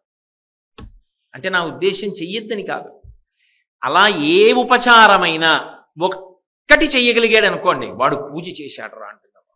వాడు చేశాడురా పూజ. గడగడ గడగడ అదేదో పరీక్ష గదిలోనో లేకపోతే తరగతి గదిలోనో చదువుకున్నటువంటి పాఠ్యాంశముల యొక్క నిడివిని పూర్తి చేసినట్టు గడగడగడగడగడ అన్నీ ఏదో చెయ్యాలని చేసేసి అక్కడ మనసు పెట్టకుండా చేసిన దాన్ని తంతు అంటున్నాడు. తంతు కాకుండా ఉపాసన చెయ్యాలి అంటే నిజానికి నువ్వు ఆ ఆనందం అనుభవించాలంటే. అందుకే శంకర భగవత్పాదులు శివానంద లహరిలో మాట అన్నారు, సమాశ్లిష్యాగ్రాయ స్ఫుట జలజగంధాన్ పరిమళాన్ అలభ్యాం బ్రహ్మాద్యై ముదమనుభవిష్యామి హృదయే. ఇది బాహ్యంలో డబ్బుకి అధికారానికి లభించే ఆనందము కాదు, బ్రహ్మాదులకు లభించినటువంటి ఆనందమును నేను హృదయమునందు అనుభవిస్తున్నానన్నారు. అంతర్ముఖ సమారాధ్య బహిర్ముఖ సుదుర్లభ. ఆ మనసు అక్కడ ఉంటే, ఆ మనసు అక్కడ ఉండడం అంటే ఏమిటి? ఊపిరిని ఎంత మెల్లగా, అంటే ప్రయత్నపూర్వకంగా ఉండదు అక్కడ. మొదట్లోనే ఊపిరిని అలా నియంత్రిస్తారు ప్రాణాయామం చేసి, ఆ తర్వాత ఉపాసనలో అలా నిలబడిపోయాడు అనుకోండి. అలా నిలబడిపోయినప్పుడు ఊపిరి తనంత తానుగా నియంత్రింపబడిపోతుంది. అప్పుడు ఇక మీ ప్రయత్నం ఉండదు. మీ ప్రయత్నం లేకుండా చాలా మెల్లగా ఊపిరి తీసి ఊపిరి విడిచిపెడతారు. ఊపిరి చాలా వేగాన్ని ఎప్పుడు అందుకుంటుంది అంటే, అహిత శత్రు కోపానికి లోనైనప్పుడు చాలా వేగాన్ని అందుకుంటుంది. అందుకే ఎక్కువ ఊపిరిలు తీసి వదిలేస్తాడు కోపంలో, ఆయువు క్షీణిస్తుంది. అంతకన్నా ఎక్కువ ఊపిరిలు కామోపభోగమునందు తీస్తాడు. అందుకే హితశత్రు. ఓ కోరిక తీర్చుకుంటున్నాడు అనుకోండి, అప్పుడు నిజానికి ఎక్కువ సార్లు ఊపిరి తీసి వదిలేస్తాడు. అందుకే క్రోధము కన్నా కామమునందు ఎక్కువ పోతుంది. అప్పుడు ఉద్వేగం. ధ్యానమునందు నిశ్శబ్దం, ప్రశాంతం. అందుకని రాజన్మత్తమరాళమందగమనాం. ఏమిటి శంకరాచార్యులు వారి ప్రతిపాదన? ఆవిడ మెల్లగా నడుస్తుంది. ఆవిడ మెల్లగా నడవడం నీకు కనపడాలంటే నువ్వు మెల్లగా ఊపిరి తీసి ఉపాసన చేయాలి. అది చెప్పక చెప్పిన విషయం, ఇది పైకి చెప్పిన విషయం. అలా ఉపాసన చెయ్యని నాడు, అలా నువ్వు ప్రయత్నమును చెయ్యని నాడు, మనుష్య జన్మ ఎత్తి ఉపాసనా సిద్ధిని పొందలేకపోతే దాని వలన ఏం ఉపయోగం ఉంటుంది? అందుకని ఉపచారములను చేసేటప్పుడు ఆ ఉపచారముల వెనక ఉండేటటువంటి భావమేమి అన్నదాన్ని పట్టుకుంటారు. అది పట్టుకోవడం అన్నది మనసుకు వచ్చింది అనుకోండి, వాడు సాధించేస్తాడు. కనకదాసు గారని ఓ మహానుభావుడు ఉండేవాడు. ఆయన గురువు గారి దగ్గరికి వెళ్ళి విసిగించాడు, నాకు మంత్రం ఇవ్వండి, నాకు మంత్రం ఇవ్వండి. ఆ గురువు గారికి వీడు ఏ మంత్రం ఇస్తే ఉచ్చరించగలడని కోపం వచ్చి దున్నపోతు మంత్రం చెప్పించరా అన్నారు. గురువు గారు చెప్పారు, ఆయనకి అంతే నమ్మకం. ఆయన వెళ్ళి దున్నపోతు దున్నపోతు దున్నపోతు దున్నపోతు దున్నపోతు అని మొదలెట్టాడు. దున్నపోతునే ఆయన ధ్యానం చేస్తున్నాడు. మా గురువు గారు చెప్పారు అన్నాడు. దేవుడి దున్నపోతు దున్నపోతని జపం చేసేస్తున్నాడు. ఇంతగా దృష్టి నిలబడిపోయింది. ఎవరెళ్ళాలని అడిగారు. అడిగితే అంత గొప్ప దున్నపోతు లోకంలో ఉన్నది యమధర్మరాజు గారి వాహనం, అదే వెళ్ళాలన్నారు. అదొక్కటి ఎందుకు ఎడుతుంది? అలా వెళ్ళదు. అది వచ్చిందంటే దాంతోపాటు ఆయన రావాలి. కాబట్టి వచ్చారు, ప్రత్యక్షం అయ్యారు. ఏం కావాలన్నారు. నాకెందుకు, నాకేం అక్కర్లేదన్నాడు. మరి ఎందుకు నువ్వు ధ్యానం చేసావు అన్నాడు. మా గురువు గారు చెప్పారు అన్నాడు. దేవతలు కనపడితే ఏమి ఇవ్వకుండా వెళ్ళకూడదు, నీకేం కావాలో అడుగు చేసి పెడతామన్నారు. ఆయన అన్నాడు, నాకైతే ఏం అక్కర్లేదు, మా గురువు గారికి ఏమైనా కావాలేమో అడుగొస్తాను, ఇలా నించోండి అన్నాడు. అని వెళ్ళి గురువుగారిని అడిగాడు. గురువుగారు ఏం చేయమంటారు? దున్నపోతు మంత్రం చెప్పారు కదా, మంత్రం చేశానండి, యమధర్మరాజు గారు దున్నపోతుతో వచ్చాడు, ఏం చేయనన్నాడు. తెల్లబోయారు గురువుగారు. రే, నాకు సిద్ధించలేదురా, ఈ ధ్యానం నాకు కుదరలా. మధుసూదన సరస్వతి ఈ జీవితంలో కూడా ఇది జరిగింది.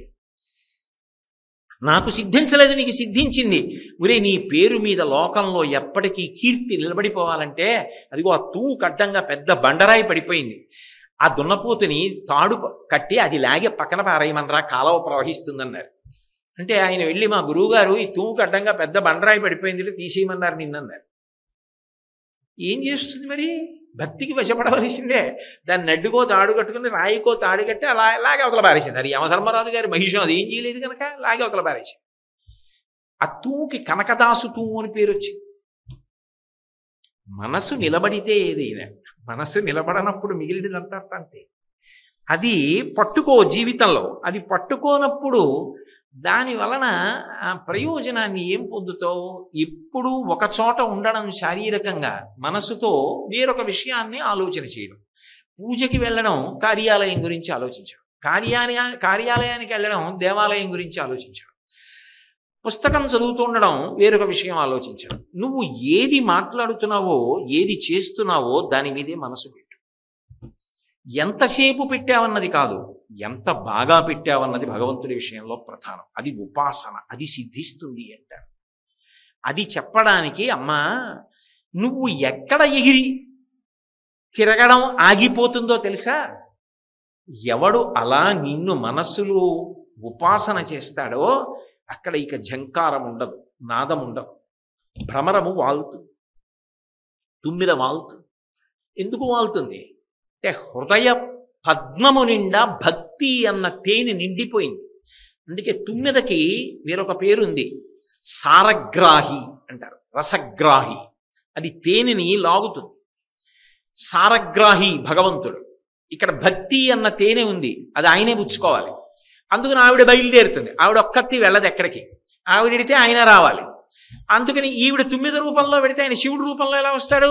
ఆయన మగ తుమ్మెద రూపంలో వస్తాడు. 2 తుమ్మెదలు వస్తాయి లోపలికి, జంకారం చేస్తూ వస్తాయి. ఇక్కడున్న పద్మంలో భక్తి అన్న తేనె ఉంది.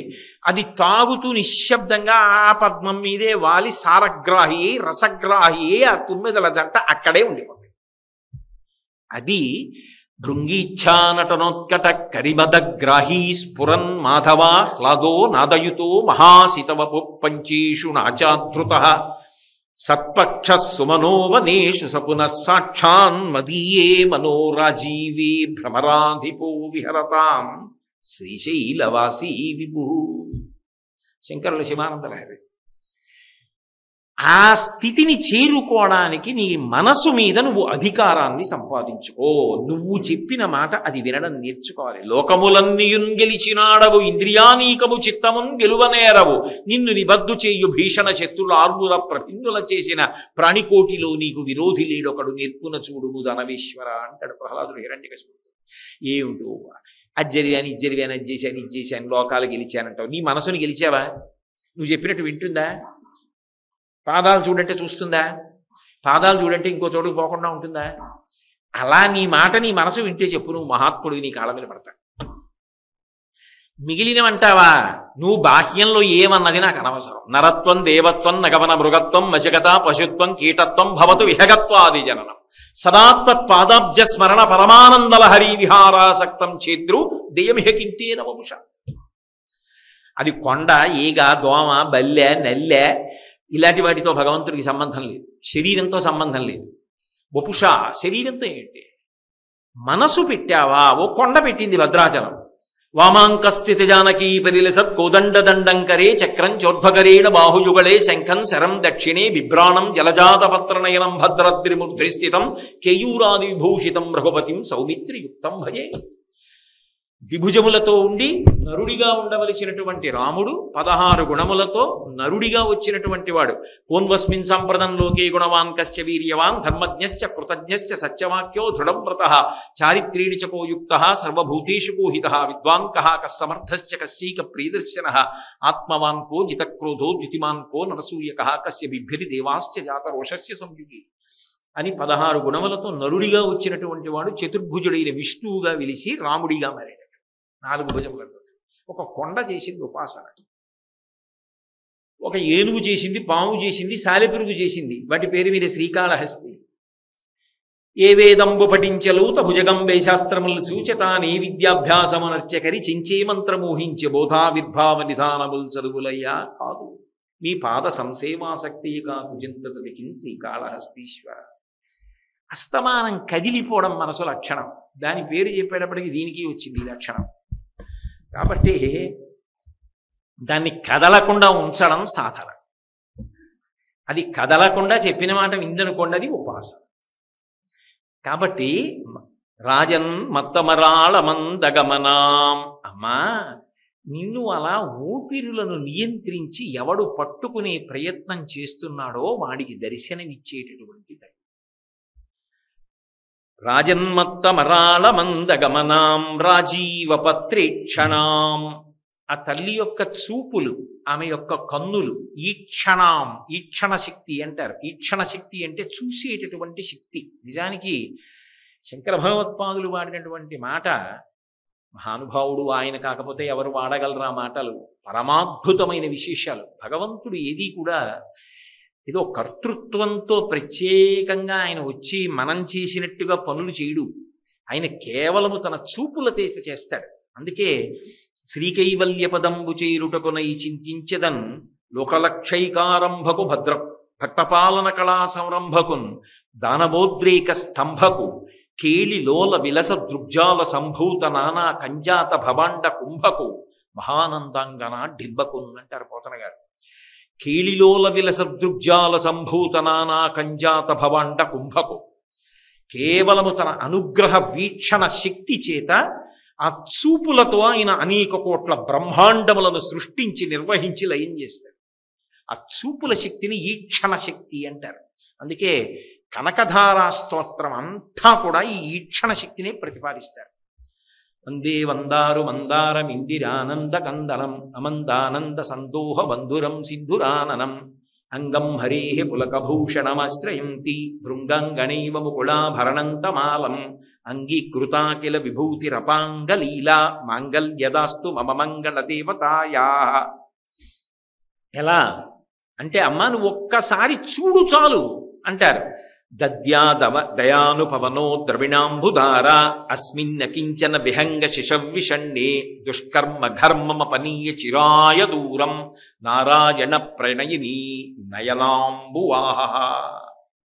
నీ చూపుల చేత ఆమె చేసిన దుష్కర్మ అన్న మేఘాన్ని తొలగగొట్టే, ఐశ్వర్యాన్ని కురిపించి విశ్వామరేంద్రపద విభ్రమదాన దక్షం ఆనందహేతురధికం రవిద్విషోపి ఈశన్ నిషీదతు మయిక్షణమీక్షణార్థ ఇందీవరోదర సహోదరమిగిరాయా ఆమీలితక్షమధిగమ్య ముదాముకుందం ఆనందకందమ నిమేషమనంగతంత్రం ఆకేకరస్థిత కనీలిక పక్ష్మనేత్రం ముఖ్యై భవేన్మమ భుజంగ శయాంగనాయా. ఆమె యొక్క చూపుల చేత అనుగ్రహిస్తుంది. ఈశ్వర శక్తి, ఈక్షణ శక్తి. శంకర భగవత్పాదులు అది మాట్లాడుతున్నారు. భ్రమరాంబ ఈక్షణ శక్తిని ప్రతిపాదిస్తున్నారు. అందుకే రాజన్మత్తమరాళ మందగమనాం రాజీవపత్రేక్షణాం. ఆమె కన్నులు ఎలా ఉంటాయిట? చూపు కంటిని కదా ఆశ్రయించి ఉంటుంది. ఆ కన్ను ఎంత అందంగా ఉంటుందంటే తామర పువ్వు ఎంత అందంగా ఉంటుందో ఆమె కన్ను అంత అందంగా ఉంటుంది. అయితే ఈ మాట అన్న శంకరాచార్యులు వారే సౌందర్యలహరిలో అబ్బెబ్బెబ్బే అమ్మా అసలు నిజానికి ఏదో కలవ పూలతో నీ కంటిని సంకేతిస్తారు కానీ, తామర పువ్వో కలవ పువ్వో ఆ కలవ పువ్వుతో సంకేతిస్తారు కానీ అందులో లక్ష్మీదేవి కూర్చుంటుంది అని కదా, కమలాసన అని పేరు ఆవిడికి. కానీ నిజానికి నీ కంటితో పోల్చబడేవి ఏ ఉన్నాయో అవి రెండూ కూడా చాలా సిగ్గుపడిపోయాయమ్మా, నీ కళ్ళ సౌందర్యంతో సరిపోవని అన్నారు. ఆయన ఒక చోట ఒక శ్లోకం చేస్తూ కొన్ని అద్భుతమైనటువంటి విషయాలని ప్రతిపాదన చేశారు. అందులో మీనాక్షి అంటూ ఉంటాం కదా అమ్మవారిని. అంటే చేపల యొక్క చూపులు ఎలా ఉంటాయో అవి కనురెప్ప పడదు చేపకి. నీళ్లలో తిరుగుతున్నా కూడా కనురెప్ప వేయకుండానే ఉంటుంది, నిద్రపోతున్నా కనురెప్ప వేయకుండానే ఉంటుంది. దానికి ఆ శక్తి ఉంది. అమ్మవారు కనురెప్ప వేయదు. ఆవిడ వేసింది అనుకోండి ప్రళయం, లోకాలు లయమైపోతాయి. ఉన్మీషని విషోత్పన్న విపన్న భువనామళి. అందుకని మీనాక్షి అంటూ ఉంటారు. చేపల లాంటి చూపులు కలిగినది వక్త్రలక్ష్మి పరివాహ చలన్మీ లాభలోచన అని. కాబట్టి ఓసారి చేపలన్నీ అనుకున్నాయిట, అమ్మవారి కన్నులను మనతో పోలుస్తారు కదా, ఓసారి అమ్మవారి దగ్గరికి వెళ్ళి మనం చూసొద్దామని వచ్చేయట. శంకర భగవత్పాదులు అన్నారు సౌందర్యలహరిలో, తవాపర్ణే కర్ణే జపనయనపై శూన్యచకితా నిలీయంతేతో ఏ నియషమనిమేషాశఫరికా యంచ శ్రీర్బద్ధచ్చదపుటకవాటంకువలయం జహాతి ప్రత్యూషే నిశిచ విఘటయ్య ప్రవిశతి. చేపలు వచ్చి అమ్మవారి కళ్ళ దగ్గర నిలబడ్డాయిట. మీనాక్షి మీనాక్షి అంటారు, మాతో పోలుస్తారు కదా అని. మేము కనురెప్ప వేయం, అమ్మవారు కనురెప్ప వేయదు అని. అమ్మవారి కళ్ళన్నాయిట, అసలు ఆవిడ దగ్గర లేనిది మీకు వచ్చే అవకాశం ఉందా? అసలు మీకు కనురెప్ప వెయ్యకుండా ఉండగలిగిన శక్తిని మీ జాతిలో ఆడచేపలు మొదట అమ్మవారి కళ్ళ దగ్గర దొంగిలించి మీరు కనురెప్ప వెయ్యకుండా ఉండగలిగారు. అది ఎంత? కొంచెం. మీ ప్రాణాలెంత? మచిలీ జల్కా రాణి జీవన్ ఉస్కా పాణి హాత్ లగావో డర్ జాయేగి బాహర్ నికాలో మర్ జాయేగి. నీళ్లల్లో తిరుగుతుంది చేప, ఏదో చేయి పెట్టారనుకోండి హడిలిపోతుంది, పట్టుకుని తీసి బయట పడేస్తే చచ్చిపోతుంది. కళ్ళు తెరిచుంటే మూసుంటే. కానీ అమ్మవారు అలా కాదుగా. ఆవిడ తన కన్నుల చేత సమస్త లోకాల్ని కాపాడుతూ ఉంటుంది, రక్షిస్తూ ఉంటుంది. ఆవిడ చూపులలో కోట్ల కోట్ల కోట్ల వంతులో ఒక లేశాన్ని మీరు అపహరించారు. అందువల్ల కనురెప్ప వేయకుండా ఉండగలిగారు. ఏదో పెద్ద మీ పోలిక ఆవిడకి వచ్చిందన్నట్టు ఏదో మీనాక్షి అన్నారని చెప్పి మా పోలికలే అమ్మవారి కళ్ళకని వచ్చారా? దొంగతనం చేసి పైగాను అని అనేటప్పటికీ ఆ చేపలు అనుకున్నాయట, అయ్య బాబోయ్ ఇవాళ ఈ కళ్ళకి తెలిసిపోయింది, అమ్మవారి కళ్ళకి మనం చేసిన దొంగతనం, ఆవిడ కళ్ళ దగ్గరే మనం ఇలా రెప్ప వేయకుండా ఉండగలిగిన శక్తిని దొంగిలించామని. ఇప్పుడు ఈ కళ్ళు ఏం చేస్తాయి? ఎవరింట్లో దొంగతనం జరిగితే వాళ్ళు ముందు పక్కింటి వాళ్ళకి చెప్తారు. అమ్మవారి కళ్ళు ఇక్కడ వరకు ఉంటాయి, ఆకర్ణాంత విశాల నేత్రములు. అందుకని ఇవి వెళ్ళి పక్కింట్లో చెవులకి చెప్తాయి, ఈ చెవికి చెప్తాయి. ఈ చెవులు ఏం చేస్తాయి? ఇవి కావ్యాలాప వినోదిని. అమ్మవారి ఎప్పుడు కావ్యాలు పాటలు వింటూ ఉంటుంది. ఆమె చుట్టూ గంధర్వగానం చేస్తూ ఉంటారు. కాబట్టి ఆ గంధర్వ స్త్రీలు కవులు వీళ్ళందరూ కూర్చుంటారు. ఈ చెవులు ఏం చేస్తాయి? మీకు సంగతి తెలుసా? అమ్మవారి దగ్గర కనురెప్ప వెయ్యకుండా ఉండగలిగిన శక్తినే చేపలు దొంగిలించాయని చెప్తాయి. కవులు ఏం చేస్తారు? అబ్బా మంచి విషయం దొరికింది రోజు కావ్యాలు రాస్తారు. అది నాబోటిగాడు ఏం చేస్తాడు? ప్రవచనం చేస్తాడు. టీవీ ఛానల్స్ ప్రత్యక్ష ప్రసారం చేస్తాయి. మన దొంగతనం లోకం అంతా తెలిసిపోయింది, ఇక భూమి మీద ఉండడం మానేద్దామని చెప్పి అవి నీళ్లలోకి పోయి తిరుగుతున్నాయి. అమ్మా అసలు రహస్యం చేపలు నీళ్లలో ఎందుకున్నాయంటే నీ కళ్ళ దగ్గర చేసిన దొంగతనం బయటకు వచ్చిందంట. కలవ పువ్వులు ఎందుకు వెళ్ళిపోయాయి అంటే కలవ పువ్వుతో అమ్మవారి కన్నులను పోలుస్తారు. అవి వచ్చేటో రోజున ఏదో అవి రాత్రి వికసిస్తాయి, పగలైతే ముడుచుకుంటాయి. పద్మం అయితే పగలు వికసిస్తుంది, రాత్రి అయితే ముడుచుకుంటుంది. ఏదో రాత్రిళ్ళు వికసిస్తాం, పగలైతే ముడుచుకుపోతాం. మాకు అమ్మవారి కళ్ళకి పోలిక. ఆ కళ్ళు ఎంత అందంగా ఉన్నాయి. ఆ కళ్ళతో ఆవిడ ఏ శక్తి అయినా ఇచ్చేస్తుంది. అందుకే మెళ్ళో వేసుకున్న దండ వేరు, భగవంతుడి పాదముల మీద వేసిన పువ్వు నాకు మనవడవుతుంది. భగవతి పాదముల మీద వేసిన పువ్వు నా మనవరాలవుతుంది.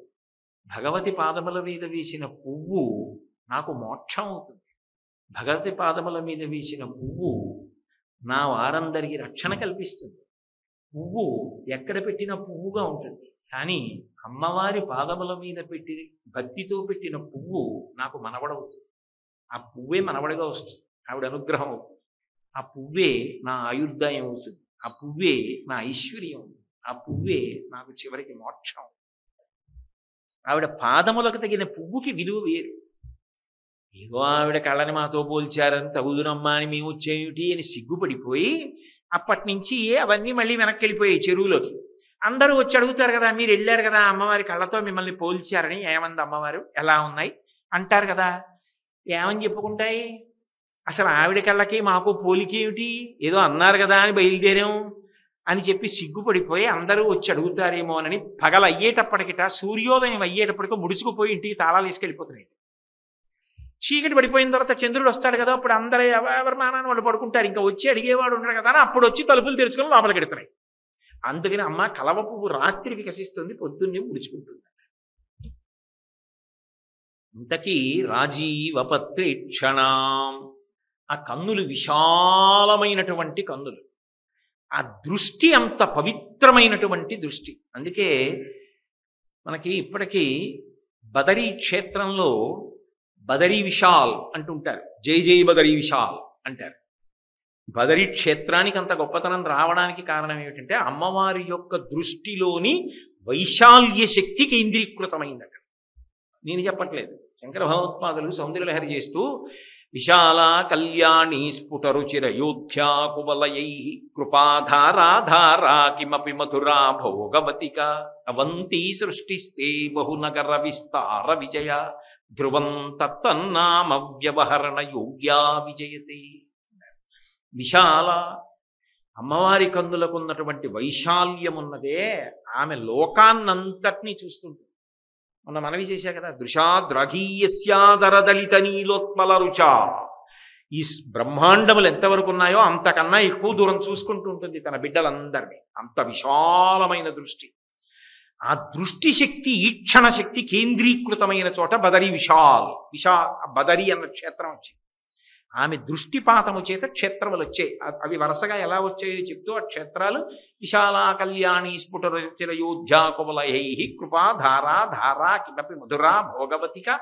సరే, ఇప్పుడు ఆ శ్లోకం అంతా ఎక్కడ చెప్పగలను నేను?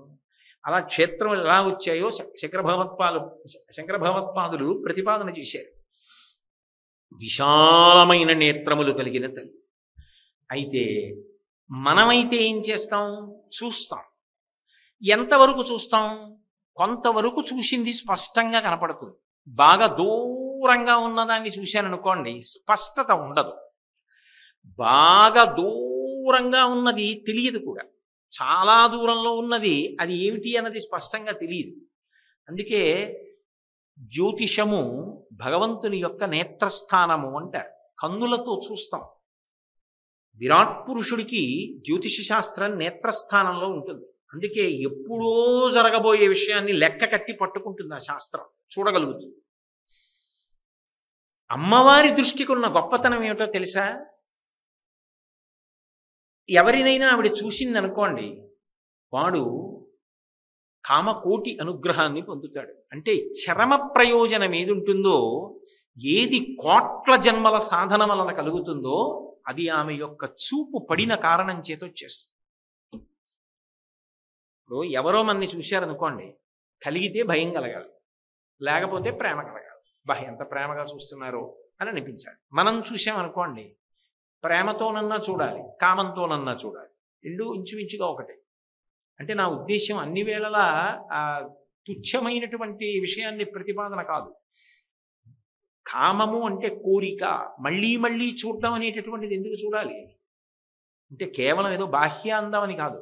అబ్బా, నేను ప్రతిరోజు ధ్యానంలో ఏ కామాక్షి పరదేవతని చూస్తూ ఉంటానో ఆ కామాక్షి పరదేవతలా ఉంది ఆవిడ అని మళ్ళీ మళ్ళీ చూడొచ్చు.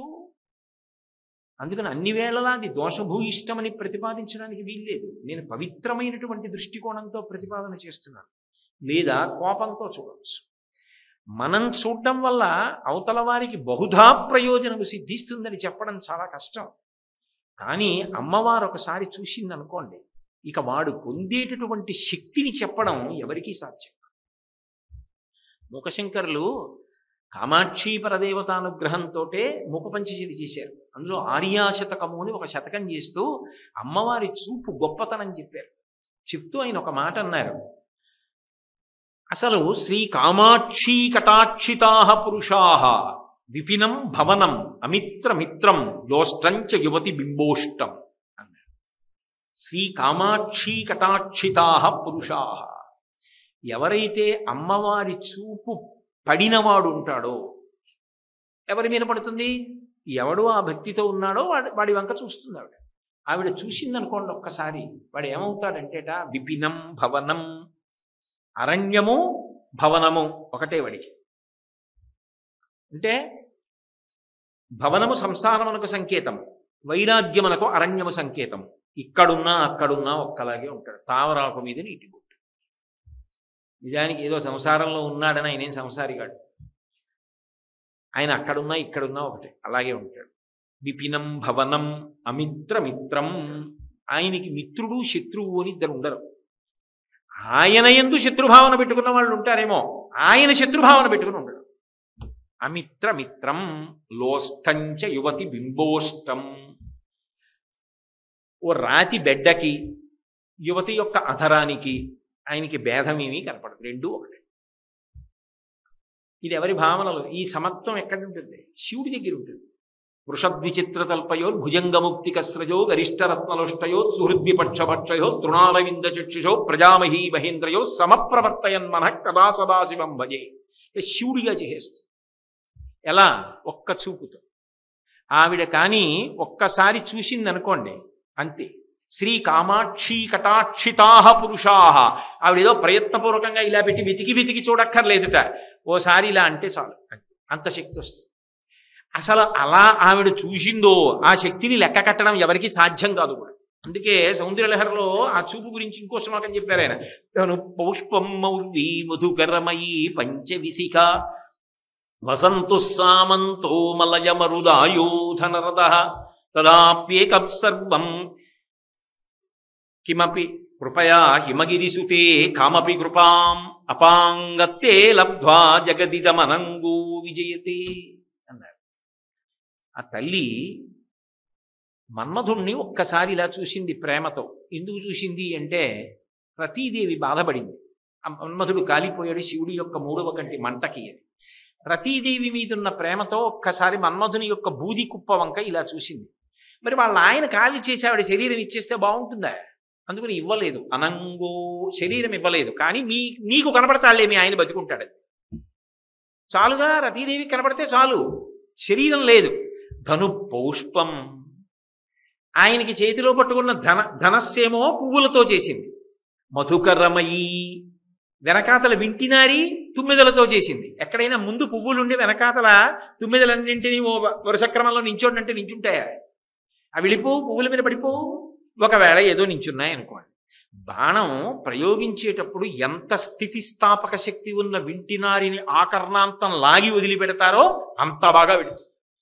ఆ లాగి వదిలిపెట్టడం ప్రావీణ్యం.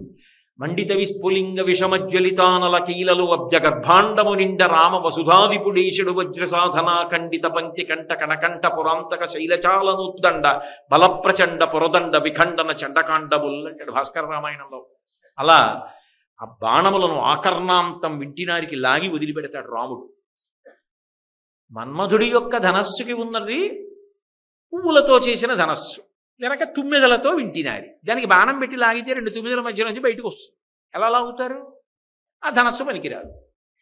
మధుకరమయీ పంచవిసిక, 5 పువ్వుల బాణాలు. వసంతోస్సామంతో, చైత్ర వైశాఖ మాసాల్లో మాత్రమే ఉంటుంది వసంత ఋతువు, అటువంటి వాడు స్నేహితుడు. మలయమరుదాయోధన రథ, మలయ పర్వతం నుంచి వచ్చేటటువంటి గంధపు చెట్ల మీద గాలి ఆయనకి రథం. అది మనం చెప్పిన చోట ఉండదు. చూడండి, ఎక్కడో పెద్దగా పాటలు వేశారనుకోండి, గాలికి వస్తే ఇటు వస్తుంది, లేదా అటుపోతుంది. మనకి ఇష్టమైన పాట అనుకోండి, పల్లవి వినపడుతుంది, చరణం వినపడదు, అది ఎటు పోతుంది గాలికి. మళ్ళీ గాలి వస్తే ఇటు వస్తుంది, అంతే. అలా మలయమరుదాయోధన రథ, శత్రువు ఇటుంటే రథం అటుపోతుంది. ఇంకేమి యుద్ధం చేస్తాడు ఆయన? పోని బాణాలంటే 5 పువ్వుల బాణాలు. వసంతోస్సామంతో మలయమరుదాయోధన రథ తథాప్యేకః సర్వం హిమగిరిసుతే కామపి కృపాం. అయితేనే బాబోయ్, ఈ సంసారం మేము పడలేకపోతున్నామని విడిచిపెట్టి వైరాగ్యంతో గొప్ప తపస్సు చేసి పరమేశ్వరుని యొక్క పాదార వింద దర్శనం చెయ్యాలని ముక్కు మూసుకుని తపస్సు చేసుకోవడానికి హిమాలయ పర్వతానికి వెళ్ళి కూర్చున్నటువంటి యోగి మీద కూడా మన్మధుడి యొక్క బాణం పడింది అంటే తపస్సు భ్రష్టం అయిపోతుంది. ఇంత శక్తి వచ్చిందా లేదా మన్మధుడికి? ఇంత పెద్ద సృష్టి చక్రం తిప్పేస్తున్నాడా లేదా? ఎక్కడి నుంచి వచ్చిందమ్మా? ఒక్కటి పనికొచ్చే సాధనం లేదు అంటే అపాంగత్తే లబ్ధ్వా. ఆ తల్లోసారి ఇలా చూసిందండి, పొట్టిచూ. నిన్న చెప్పానుగా, మహాత్మ్యసేవధిరసౌ తవ దుర్విలంఘ్య సంసార వింధ్యగిరికుంఠన కేళిచుంచు ధైర్యాంబుధిం పశుపతేశ్చులకీకరోతి కామాక్షి వీక్షణ విజృంభణ కుంభజన్మ అంటారు మూకశంకరుడు. ఆవిడ యొక్క కటాక్షం, కడగంటి చూపు ఇలా చూసిందా చాలు. ఏదో ప్రయత్నపూర్వకంగా ఇలా అడ్డుపెట్టి వెతుక్కు ఆవిడ చూడక్కర్లా. కాబట్టి అమ్మా, శ్రీ కామాక్షీ కటాక్షితా పురుషా విపినం భవనం అమిత్రమిత్రం లోష్టంచ యువతి బింబోష్టం శివ శివ పశ్యంతి సమం. శివ శివ, ఎంత ఆశ్చర్యం! అన్నీ సమానంగానే ఉన్నాయి వాడికి. ఇది చూసి పొంగిపోవడం, అది చూసి కృంగిపోవడం వాడికి లేవు. ఒక్కసారి ఆవిడ చూస్తే ఆ శక్తి వచ్చేస్తుంది. అంటే ఆమె కన్నుల యొక్క ఈక్షణ శక్తి అంత గొప్పది. ఒకసారి ఆవిడ చూపు పడింది, ఆవిడ ఏమి ఇవ్వలేదు ఇంకా కామకోటి. ఆవిడ ఏమైనా ఇవ్వగలదు. కోరికలకి హద్దు, నీకేం కావాలి చెప్పంటారు. అంత గొప్ప తల్లి, అసలు అడగక్కర్లేకుండా అనుగ్రహించేస్తుంది. చంద్రశేఖరేంద్ర సరస్వతి మహాస్వామి వారంటే 68వ పీఠాధిపత్యంలో వచ్చినటువంటి నడిచే దేవుడిని పేరుగాంచిన వారే కాదు, అంతకు ముందు కూడా ఉన్నాయి ఆ పేర్లతో. 66వ పీఠాధిపతులు అనుకుంటే ఆయనకు కూడా ఉంది ఆ పేరు. ఆయన మీదకి ఒకసారి ప్రతిపక్షం వాళ్ళు వాదన చేయడానికి వచ్చారు. ఆయన అన్నారు, పీఠానికి వెళ్ళి భోజనం చేసి రండి వాదిద్దరు, కానీ ముందు అన్నం తినండి అన్నారు. వాళ్ళు అన్నం తిని వచ్చేసి కూర్చున్నారు. వాదన మొదలు పెడదామా అన్నారు. మొదలు పెట్టండి అన్నారు. మొదలు పెట్టండి, మీరు ఏమంటారు ముందు మొదలు పెట్టండి అన్నారు. వాళ్ళు ఏదో మొదలు పెడదాం అనుకున్నారు. వాళ్ళకి ఏమీ వాళ్ళకి అసలు ఒక్క ఆలోచన రావట్లేదు. వాళ్ళు చూశారు, ఆయన ఒళ్ళో ఓ పిల్ల కూర్చుంది. కన్యాపూజన సుప్రసన్న హృదయాం కాంచీల సన్మధ్యమాం. ఆవిడ ఎప్పుడెప్పుడు అనుగ్రహించాలనుకుంటే అప్పుడప్పుడు చిన్నపిల్ల రూపంలో వస్తుంది, కన్యకామణి రూపంలో. పట్టుకోవడం నీ వంతు ఉపాసన. పట్టుకోలేక వదిలేసుకుంటే వదిలేసుకున్నాం. వస్తుంది భ్రమరాంబ అని శంకరాచార్యులు వారు చెప్తుంటే నువ్వు వెతుక్కోవద్దు, పని చేసేటప్పుడు అక్కడ ఉందా లేదా వెతుక్కోవద్దు జాగ్రత్తగా. కాబట్టి ఆ తల్లి ఆయన ఒళ్ళో కూర్చునుంది, కూర్చుని నవ్వుతోంది. ఆ నవ్వుల యొక్క కాంతులలో ఆ ప్రతిపక్షం వాళ్ళకి, మాట్లాడదాం అనుకున్న వాళ్ళకి ఏమీ గుర్తు రావట్లేదు. మాట్లాడండి అన్నారు స్వామివారు. వాళ్ళు అన్నారు, మీ ఒళ్ళో పిల్లని దింపేయండి అన్నారు. అంటే ఆయన అన్నారు, నేను సన్యాసిని, నా ఒళ్ళో పిల్ల ఎందుకు ఉంటుంది అన్నారు. కాదు, మీ ఒళ్ళో ఏదో పిల్ల ఉంది, ఆ పిల్ల నవ్వుతోంది, మాకేం గుర్తు రావట్లేదు అన్నారు. మీకు ఇంకా అర్థం కాలేదా అన్నారు. లేచి నిలబడి సాష్టాంగపడ్డారు. కామాక్షి పరదేవత ఒళ్ళో కూర్చుని మీతో నా వాదన క్షమించండి. ఆ తల్లి ఏమి ఇవ్వలేదు, కామకోటి. ఆమె ఏమైనా ఇవ్వగలదు. సమస్త బ్రహ్మాండములను సృష్టించి నిర్వహించగలిగిన తల్లి భక్తుడికి ఏది ఇవ్వలేదు, ఏదైనా ఇవ్వగలిగినటువంటి తల్లి. అందుకే రాజీవ పత్రేక్షణం, కేవలము చూపులతో ఇచ్చేస్తుంది ఆవిడ. అది కూడా హేళ. ఆవిడ ఏం చేసినా అంత నవ్వుతూ చేస్తుంది. అది గొప్ప. మీకు ఎన్నో పర్యాయములు నేను చెప్పా. అభిరామ భట్టు అమావాస్య నాడు పౌర్ణమి అన్నాడు ధ్యానంలో ఉండి. మహారాజు శరభోజీ రాత్రి వేళ వచ్చి ఏది చూపించన్నాడు. అభిరామి అంతాది శ్లోకం దేంతో పూర్తవుతుందో దాంతోనే మొదలు పెట్టాలి. ఉద్ధృత నగ అన్నారు అనుకోండి, నగ అన్నారు కదా, మళ్ళీ దాంతో మొదలెట్టాలి. నగ బిధనుజ, ధనుజ అన్నారు కదా, మళ్ళీ దాంతో మొదలెట్టాలి. ధనుజ, ఉద్ధృత నగ, నగ బిధనుజ, ఇదో ధనుజ శత్రు. అలా దేంతో మొదలెట్టారో దాంతోటే మళ్ళీ పూర్తి చేశారో దాంతో మొదలెడుతూ ఉండాలి. అభిరామి అంతాది, అభిరామి అంతాది చెప్తున్నాడు ఆయన. శరభోజీ వచ్చాడు. రాత్రి 7, 8 అయింది. దగ్గరికి వచ్చి ఏది పౌర్ణమి చంద్రబింబం అన్నాడు. అమావాస్య. నేను పౌర్ణమి అన్నాను, అది నిజం చేయడం అమ్మవారి వంతు అన్నాడు. అమ్మవారు వెంటనే చివి కుండలాన్ని తీసి విసిరి అంతే. ఒక్కసారి వచ్చి ఆకాశంలో ఆ చివి కుండలం పూర్ణ చంద్రబింబంలా ప్రకాశించింది. లేచి అభిరామ భట్టు కాళ్ళ మీద పడిపోయాడు శరభోజీ మహారాజ్. ఇప్పటికీ కంచిలో కామాక్షి పరదేవత దేవాలయ గోడల మీద అభిరామి అంతాది చెక్కబడి ఉంటుంది. ఆ తల్లి ఏమి ఇవ్వలేదు నీకు, తన చూపులతో ఇచ్చేస్తుంది ఏదైనా సరే. ఆవిడేదో కష్టపడి ఎక్కడి నుంచో పట్టుకొచ్చి ఇవ్వక్కర్లేదు. కాబట్టి రాజీవ పత్రేక్షణాం రాజీవ ప్రభవాది దేవ మకుటై రాజత్పదాంభౌరుహాం. ఆ తల్లి గొప్పతనం ఏమిటంటే రాజీవ ప్రభవాదిదేవ మకుటై. రాజీవము నుండి ప్రభవించినవాడు అంటే బ్రహ్మగారు పద్మంలోంచి పుట్టాడు పద్మసంభవుడు. ఆయనతో మొదలుపెట్టి రాజాధిరాజులన్న వాళ్ళందరూ కూడా రాజరాజేశ్వరి అయినటువంటి ఆమె పాదముల మీద పడుతూ ఉంటారట. సౌందర్యలహరిలో శంకరాచార్యులు వారు వర్ణిస్తారు. ఆ తల్లి సభామంటపంలోకి వస్తుంటుంది. వస్తుంటే ఆమె ఇలా అడుగు తీసి అడుగు వేస్తుంటే బ్రహ్మాది దేవతలందరూ నేల మీద పడి స్వర్ణదండములు పడిపోయినట్టుగా పడి నమస్కరిస్తూ ఉంటారట. చిలికెత్తెలు చెప్తారట, అమ్మ అది ఇంద్రుడి కిరీటం అమ్మ, వజ్రాలవి చాలా కఠినంగా ఉంటాయి, ఉరుసుకుంటుందేమో, జాగ్రత్త అమ్మ, చూసుకున్నాడు అంటారు. వాళ్ళ కిరీటములలో పొదగబడిన మణుల యొక్క కాంతుల చేత నీరాజనమివ్వబడుతున్న పాదములతో ఆమె కదిలి పెడుతుంది. వెళ్ళి విచిత్రం ఏమిటంటే శంకరుడు కనపడగానే ఆమె మోకాళ్ళ మీద వంగి ఆయన పాదములకు తన తల తాకేటట్టుగా నమస్కరిస్తుంది. ఎంత గొప్పదైనా అంత భర్తృభక్తి కలిగినది. అందుకే మహామాయా విశ్వం భ్రమయసి పరబ్రహ్మ మహిషి ఆయన పేరెత్తేటప్పటికి ఆవిడికి అంత సంతోషం. కాబట్టి అమ్మా, నీ పాదములు నిరంతరము దేవతల యొక్క కిరీట కాంతుల చేత ప్రకాశిస్తూ ఉంటాయి. ఇదో దీపం దర్శయామి అంటాం. దీపం దర్శయామి అంటే దీపం వంక చూడమని కాదు దాని అర్థం.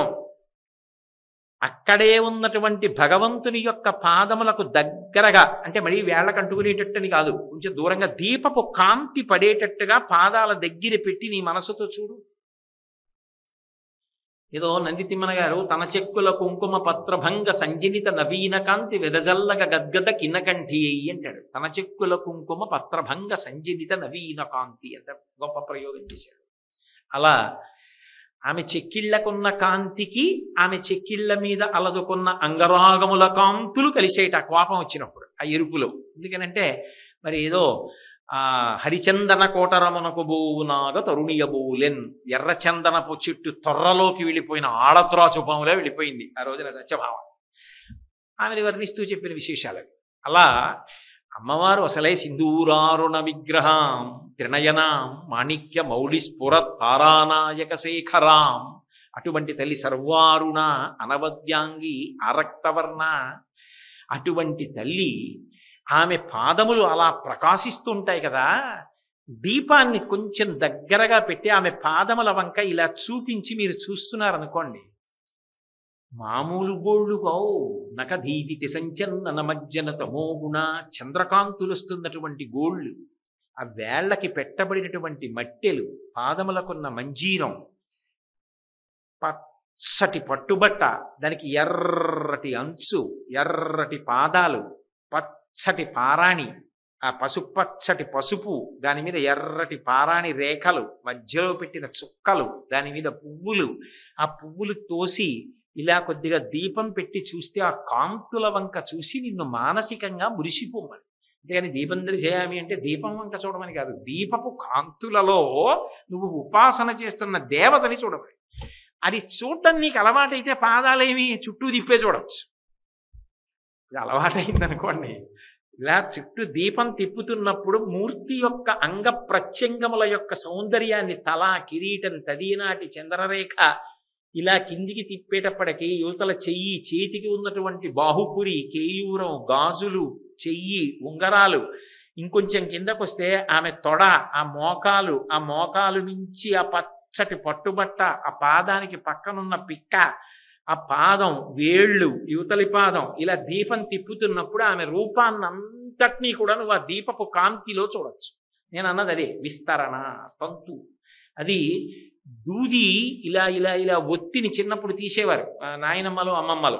అలా భావధార అలా వెడుతుంది. అందుకే భావనామాత్ర సంతుష్టాయై నమో నమః. నీ భావన ఉంటే చాలా ఆవిడ సంతోషపడి, అది లేనప్పుడు ఏమి ఇచ్చినా సహాయం.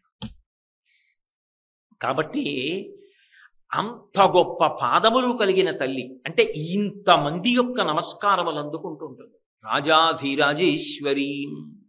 ఆవిడ ఇవ్వలేనిది ఏముంటుంది, ఆవిడ చెయ్యలేనిది ఏముంటుంది, దేనికి బెంగపెట్టుకుంటావు? అందుకే శంకరులు సౌందర్యలహరి చేస్తూ ఒక మాట అంటారు, నఖైర్నాకస్త్రీణాం కరకమల సంకోచ శశిభిః తరూణాం దివ్యానాం హసతి యువతే చండిచరణౌ ఫలాని స్వశ్చేప్యః కిసలయకరగ్రేణ దదత దరిద్రేభ్యో భద్రాం శ్రియమనిషమహ్నాదదతౌ అంటారు. దేవతా స్త్రీలైతే ఏదో ఆ స్వర్గలోకంలో ఉన్నటువంటి కల్పవృక్షాల దగ్గరికి వెళ్ళి వాటిని ప్రార్థన చేసి అవి పువ్వులు పూసి ఫలించి అనుగ్రహించే వరకు అక్కడ నించుంటారు. మాకు ఆ బెంగలేదు. మేము ఎక్కడ ఉన్నా, ఏ బాధలో ఉన్నా, ఏ కష్టంలో ఉన్నా ఒక్కసారమ్మా అని ఆమె పాదములను స్మరించామా చాలు, అనుగ్రహించగలిగినటువంటి తల్లి. ఆమెని భక్తితో స్మరించినంత మాత్రాన అనుగ్రహిస్తుంది. ఆవిడకి ఏదో పేరు పెట్టి పిలవక్కర్లా, అమ్మా. ఎందుకనంటే లోకంలో అమ్మకి అమ్మా అన్న పేరు కన్నా మీరు ఏ పేరు వాడినా తక్కువే. మీరు ఆలోచించండి. అమ్మ పెద్ద డాక్టర్ అనుకోండి, డాక్టర్ గారు అన్నాడు అనుకోండి కొడుకు, బుద్ధి ఉందా? డాక్టర్ గారు ఏమిటి అమ్మ అనకుండా అంటాడు. కలెక్టర్ గారు అనుకోండి, మేడం గారు అన్నాడు అనుకోండి, బుర్ర ఉందా? వాళ్ళంటే అన్నారు, నువ్వేమిటి అమ్మాను అంటాడు. బిడ్డడు అమ్మ ఎంత గొప్పదైనా అమ్మ అంటే చాలు పొంగిపోతుంది. అంతేకాని ఆవిడ ఎంత గొప్పదైనా ఆవిడ పదవిని పెట్టి పిలవక్కర్లేదు. ఆమె అంత గొప్పది అని తెలుసుకున్న నాడు నువ్వు ఎంత బాగా బతకాలో నీకు అర్థం. మీ అమ్మ అంత గొప్పదైతే ఆమె గౌరవం నువ్వు నిలబెట్టద్దు. అరే ఇటువంటి కొడుకే అని ఆ తల్లి బాధపడకుండా ప్రవర్తించవలసిన అవసరం ఉంటుందా? మిగిలినవి ఆవిడ చూసుకుంటుంది. ఆ ప్రవర్తన ఉంటే చాలుగా. ఆ నడవడి జాగ్రత్త స్మా. ధర్మిణి ధర్మవర్ధిని, ధర్మాన్ని విడిచిపెట్టుకో. అది రాజన్మత్తమరాళ మందగమనాం రాజీవపత్రిక్షణాం రాజీవ ప్రభవాది దేవ మకుటై రాజత్పదాంభోరుహాం. అయితే రాజీవ ప్రభవాది దేవ మకుటై బ్రహ్మగారితో మొదలెట్టారు నమస్కారం చేసేవాళ్ళని. ఇంద్రుడితో మొదలెట్టకూడదు ఏంటి? ఇంద్రుడితో మొదలెట్టలా బ్రహ్మగారి గురించి చెప్పడానికి కారణం ఏమిటో తెలుసా? బ్రహ్మగారికి కూడా ఒకప్పుడు ఈ తలకాయలు ఉండేవి. సౌందర్యలహరిలోనే చెప్పారు ఆయన ఈ విషయాన్ని ఒక చోట. చతుర్భి సౌందర్యం అని ఆయనకి 5 తలకాయలు ఉంటే ఓసారి పరమశివుడితో ఆయన ఏదో ధిక్కరించి మాట్లాడాడు. ఏమిటి అంటే సంఖ్యానియమని చెప్పాడు. నీకు 5 తలకాయలు సజ్జోజాత అఘోర తత్పురుష మామదేవ ఈశానములని, నాకు 5 తలకాయలు, ఏమిటి తేడా? ఇద్దరికి 5 తలకాయలు, ఏమిటి గొప్ప అన్నాడు శివుణ్ణి. ఓహో అలాగా అని నకేభ్య సంత్రస్యన్ ప్రథమమథనా దంధకరిపోహో.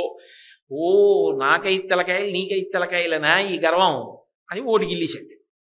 యుద్ధం చేసి ఓ తలకాయ తీసేస్తే రెండోది తీయడానికి టైం పడుతుంది అనొచ్చు.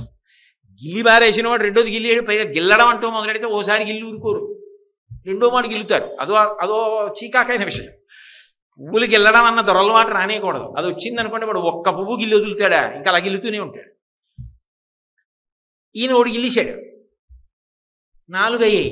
రేపు పొద్దున 4 ఉన్న వాడి దగ్గరికి వెళ్తాడేమో, ఇంకోటి ఇల్లేస్తే ఒకటి ఉంచితే చాలేని అదని వెంటనే ఒకటి ఇల్లేయి కానీ 4 తలకాయలు తీసుకెళ్ళి ఏం చేశాడంటేట, అమ్మవారు 4 చేతులతో ఉంటుంది కదా, అందుకని అమ్మా నీకు నాకు అనుబంధం ఉంది, నేను పద్మంలోంచి పుట్టాను, నీ చేతులు పద్మాల్లా ఉంటాయి, అందుకని నీ చేతుల కింద నా తలకాయలు పెడుతున్నాను, ఇంకా మళ్ళీ గిల్లేయకుండా చూడండి 4 చేతుల కింద 4 తలకాయలు పెట్టేశాడు. శంకరుడు మళ్ళీ గిల్లేద్దామని చూసేట, అమ్మవారి చేతులు కనపడ్డాయి, సంతోషపడిపోయి ఊరుకున్నాడు. ఎలా గిల్లుతాడు, ఆవిడ చేతి కింద ఉంది తల, ఊరుకున్నాడు. అమ్మా నీ చేతుల కింద తలలు పెట్టబట్టి బ్రహ్మగారికి 4 అయినా మిగిలాయి తలకాయలు, మరి ఆ 4 తలకాయలు మిగిలిన వాడు ఏం చేస్తాడు, రోజు 4 తలకాయలు కిరీటాలు తగి కాంతులు నీ పాదముల మీద పడేటట్టు దొల్లి దండాలు పెడుతూ ఉంటాడు. ప్రతిరోజు ఆ దొల్లు నమస్కారాలు పెట్టేవాడు అమ్మవారి దగ్గర ఎవరంటే ముందు బ్రహ్మగారే, ఎందుకంటే మరి ఆవిడ చేతుల కింద పెడితే కదా దక్కే ఆ తలకాయలు, అందుకు కదా, లేకపోతే 5 తలకాయలు ఉన్నవాడు 4 అయినవాడు 4 ఉన్నవాడు 1 అయిపోతాడు కూడా.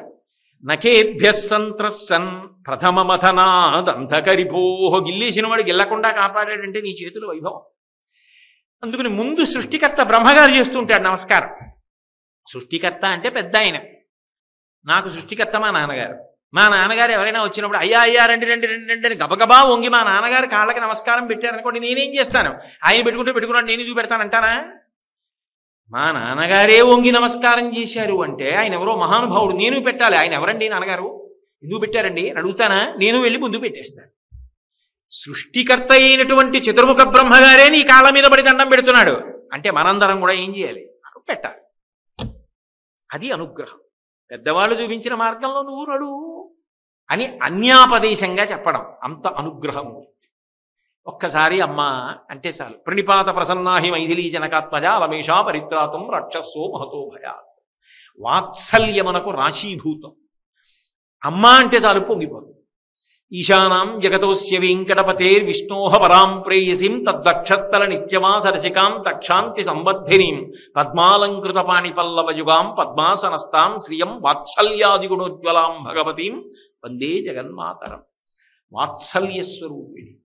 అందుకే వేదాంత దేశికులు దయాశతకము అని అమ్మవారిని దయాస్వరూపిణిగా శతకం చేశారు. అటువంటి తల్లి కనుక రాజీవ ప్రభవాది దేవమకుటై రాజత్పదాంభౌరుహాం రాజీవాయత పత్రమండిత కుచాం. ఆమె యొక్క స్తనముల మీద తామర పువ్వుల యొక్క పెద్ద పెద్ద రేకులు అలంకరింపబడి ఉంటాయి. అది అక్కడ వరకు చాలు, దాని మీద వ్యాఖ్యానం అక్కర్లేదు. రాజాధిరాజేశ్వరీ, ఆ తల్లి రాజాధిరాజేశ్వరి. మహారాజులు చక్రవర్తులు ఎవరైనా సరే ఆమె అనుగ్రహము చేత మాత్రమే ఆ పదవిని పొందారు. ఆమె అనుగ్రహము కాని పక్కకి వెళ్ళిపోయిందా ఇక నిలబడ్డానికి అవకాశం లేదు.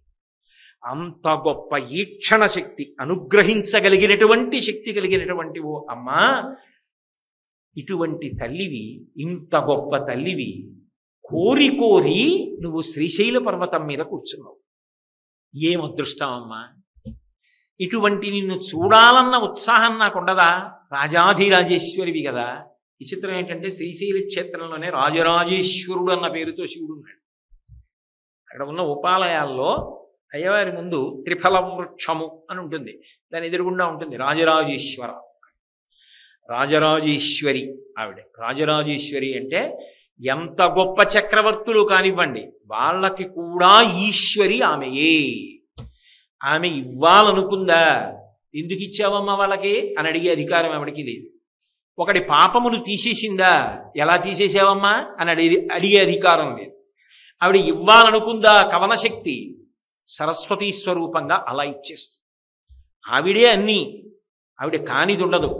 బట్ట మార్చుకుంటుంది అంతే, నిజానికి మార్చుకోవాలని కూడా లేదు. ఓ తెల్లడి బట్ట కట్టు కూర్చుంది అనుకోండి, ఆవిడే సరస్వతి. అందుకే ముఖశంకర్లు విమలపటి కమలకుటి పుస్తక రుద్రాక్ష శస్త హస్తపుటి కామాక్షి పక్ష్మలాక్షి కలిత విపంచి విభాసి వైరించి, విరించి భార్య వైరించి సరస్వతీ స్వరూపంగా గొప్ప అనుగ్రహాన్ని, అటువంటి వాగ్ధాటిని శరజ్యోత్సన శుద్ధాం శశియుత జటాజూటమకుటాం వరత్రా సత్రాణ స్ఫటిక గుటికా పుస్తకరాం సకుర్ణత్వా నత్వా కథమివ సతాం సన్నిధదతే మధుక్షీరద్రాక్షా మధురి మధురీణా పణితయ.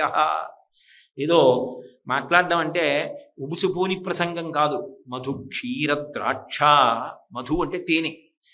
వేడి చేస్తే చలవ చేస్తుంది, చలవ చేస్తే వేడి చేస్తుంది. ఆఖరికి ఆ తేనెకి అమ్మమ్మకి కూడా గొప్ప అనుబంధం. ఎందుకని అంటే ఆడపిల్ల పురుటికి వచ్చినప్పుడు మొట్టమొదటి తల్లి దగ్గరికి కదువు వస్తుంది.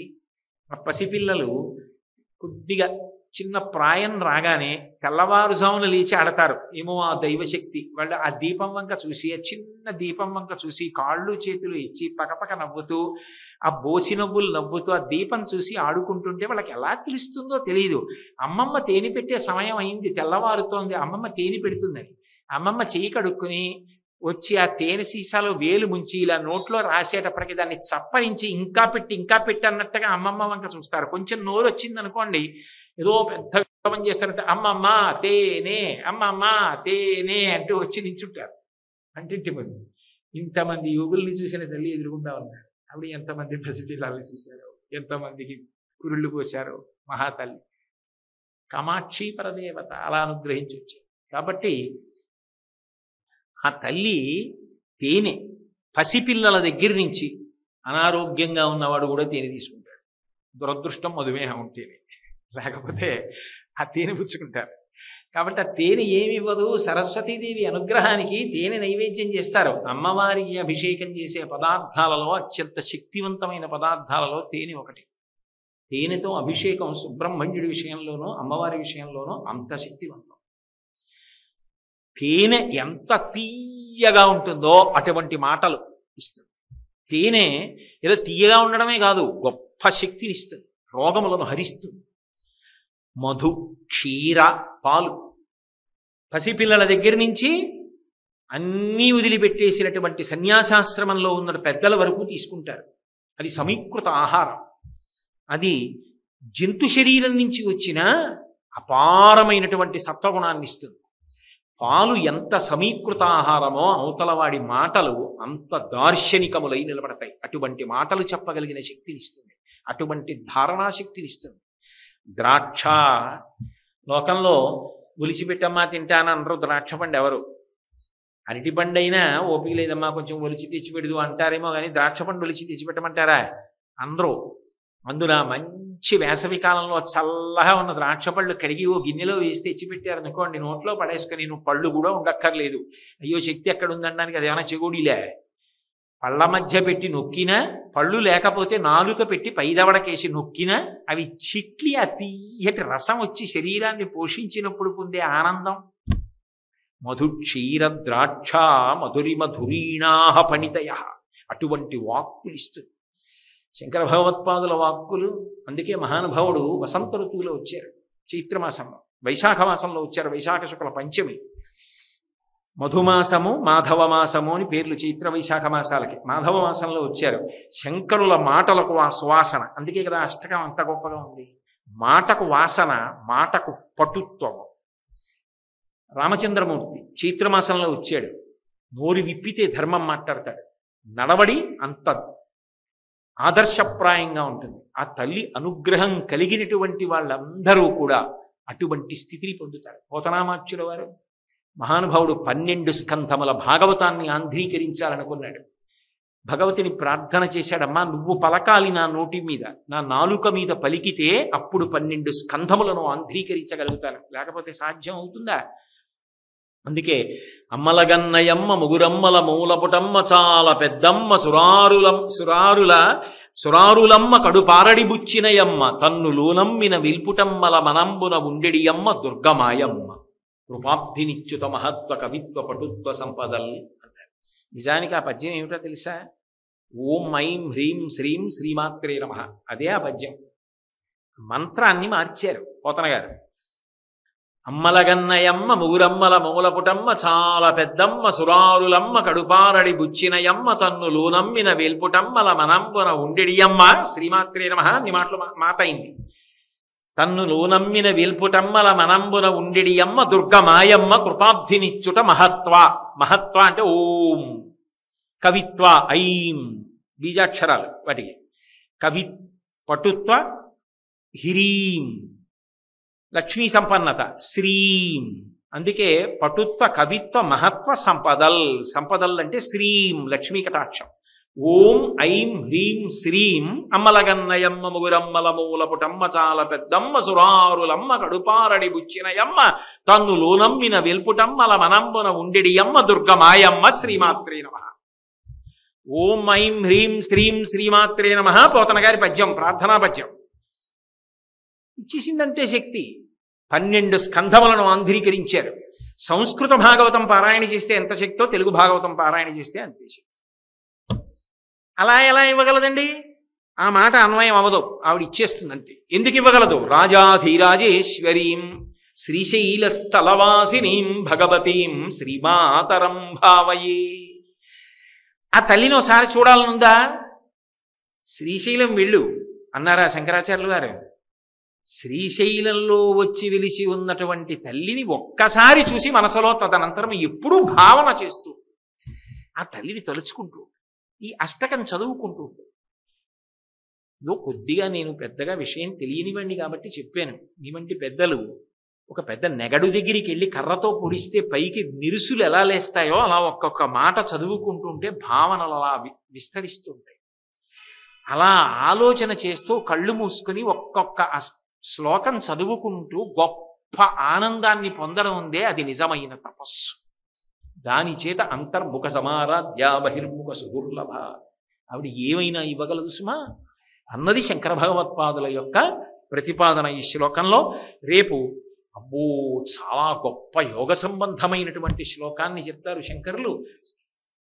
జీవితంలో అత్యవసరమైన విషయాలు, చాలా చాలా అవసరమైన విషయాలను ఎన్నిటినో ప్రతిపాదన చేస్తారు. షట్తారాంగణ దీపికాం అని మొదలుపెట్టి రేపు సాయంకాలం మళ్ళీ 7 గంటలకి కలుసుకున్నప్పుడు భగవతి నన్ను అనుగ్రహించి నా చేత ఆ శ్లోకం మీద పలికించుగాక అని జగదంబ పాదములు పట్టి ప్రార్థన చేస్తూ మంగళాశాసనపరై మదాచార్య పురోగమై సర్వైశ్చ పూర్వైరాచార్యై సత్కృతాయాస్తు మంగళం. మంగళం కోసలేంద్రాయ మహనీయ గుణాత్మనే చక్రవర్తి తనూజాయ సర్వభౌమాయ మంగళం. ఉమాకాంతాయ కాంతాయ కామితార్థప్రదాయినే శ్రీగిరీశాయ దేవాయ మలినాథాయ మంగళం. సర్వం శ్రీ ఉమామహేశ్వర పరబ్రహ్మార్పణమస్తు. స్వస్తి.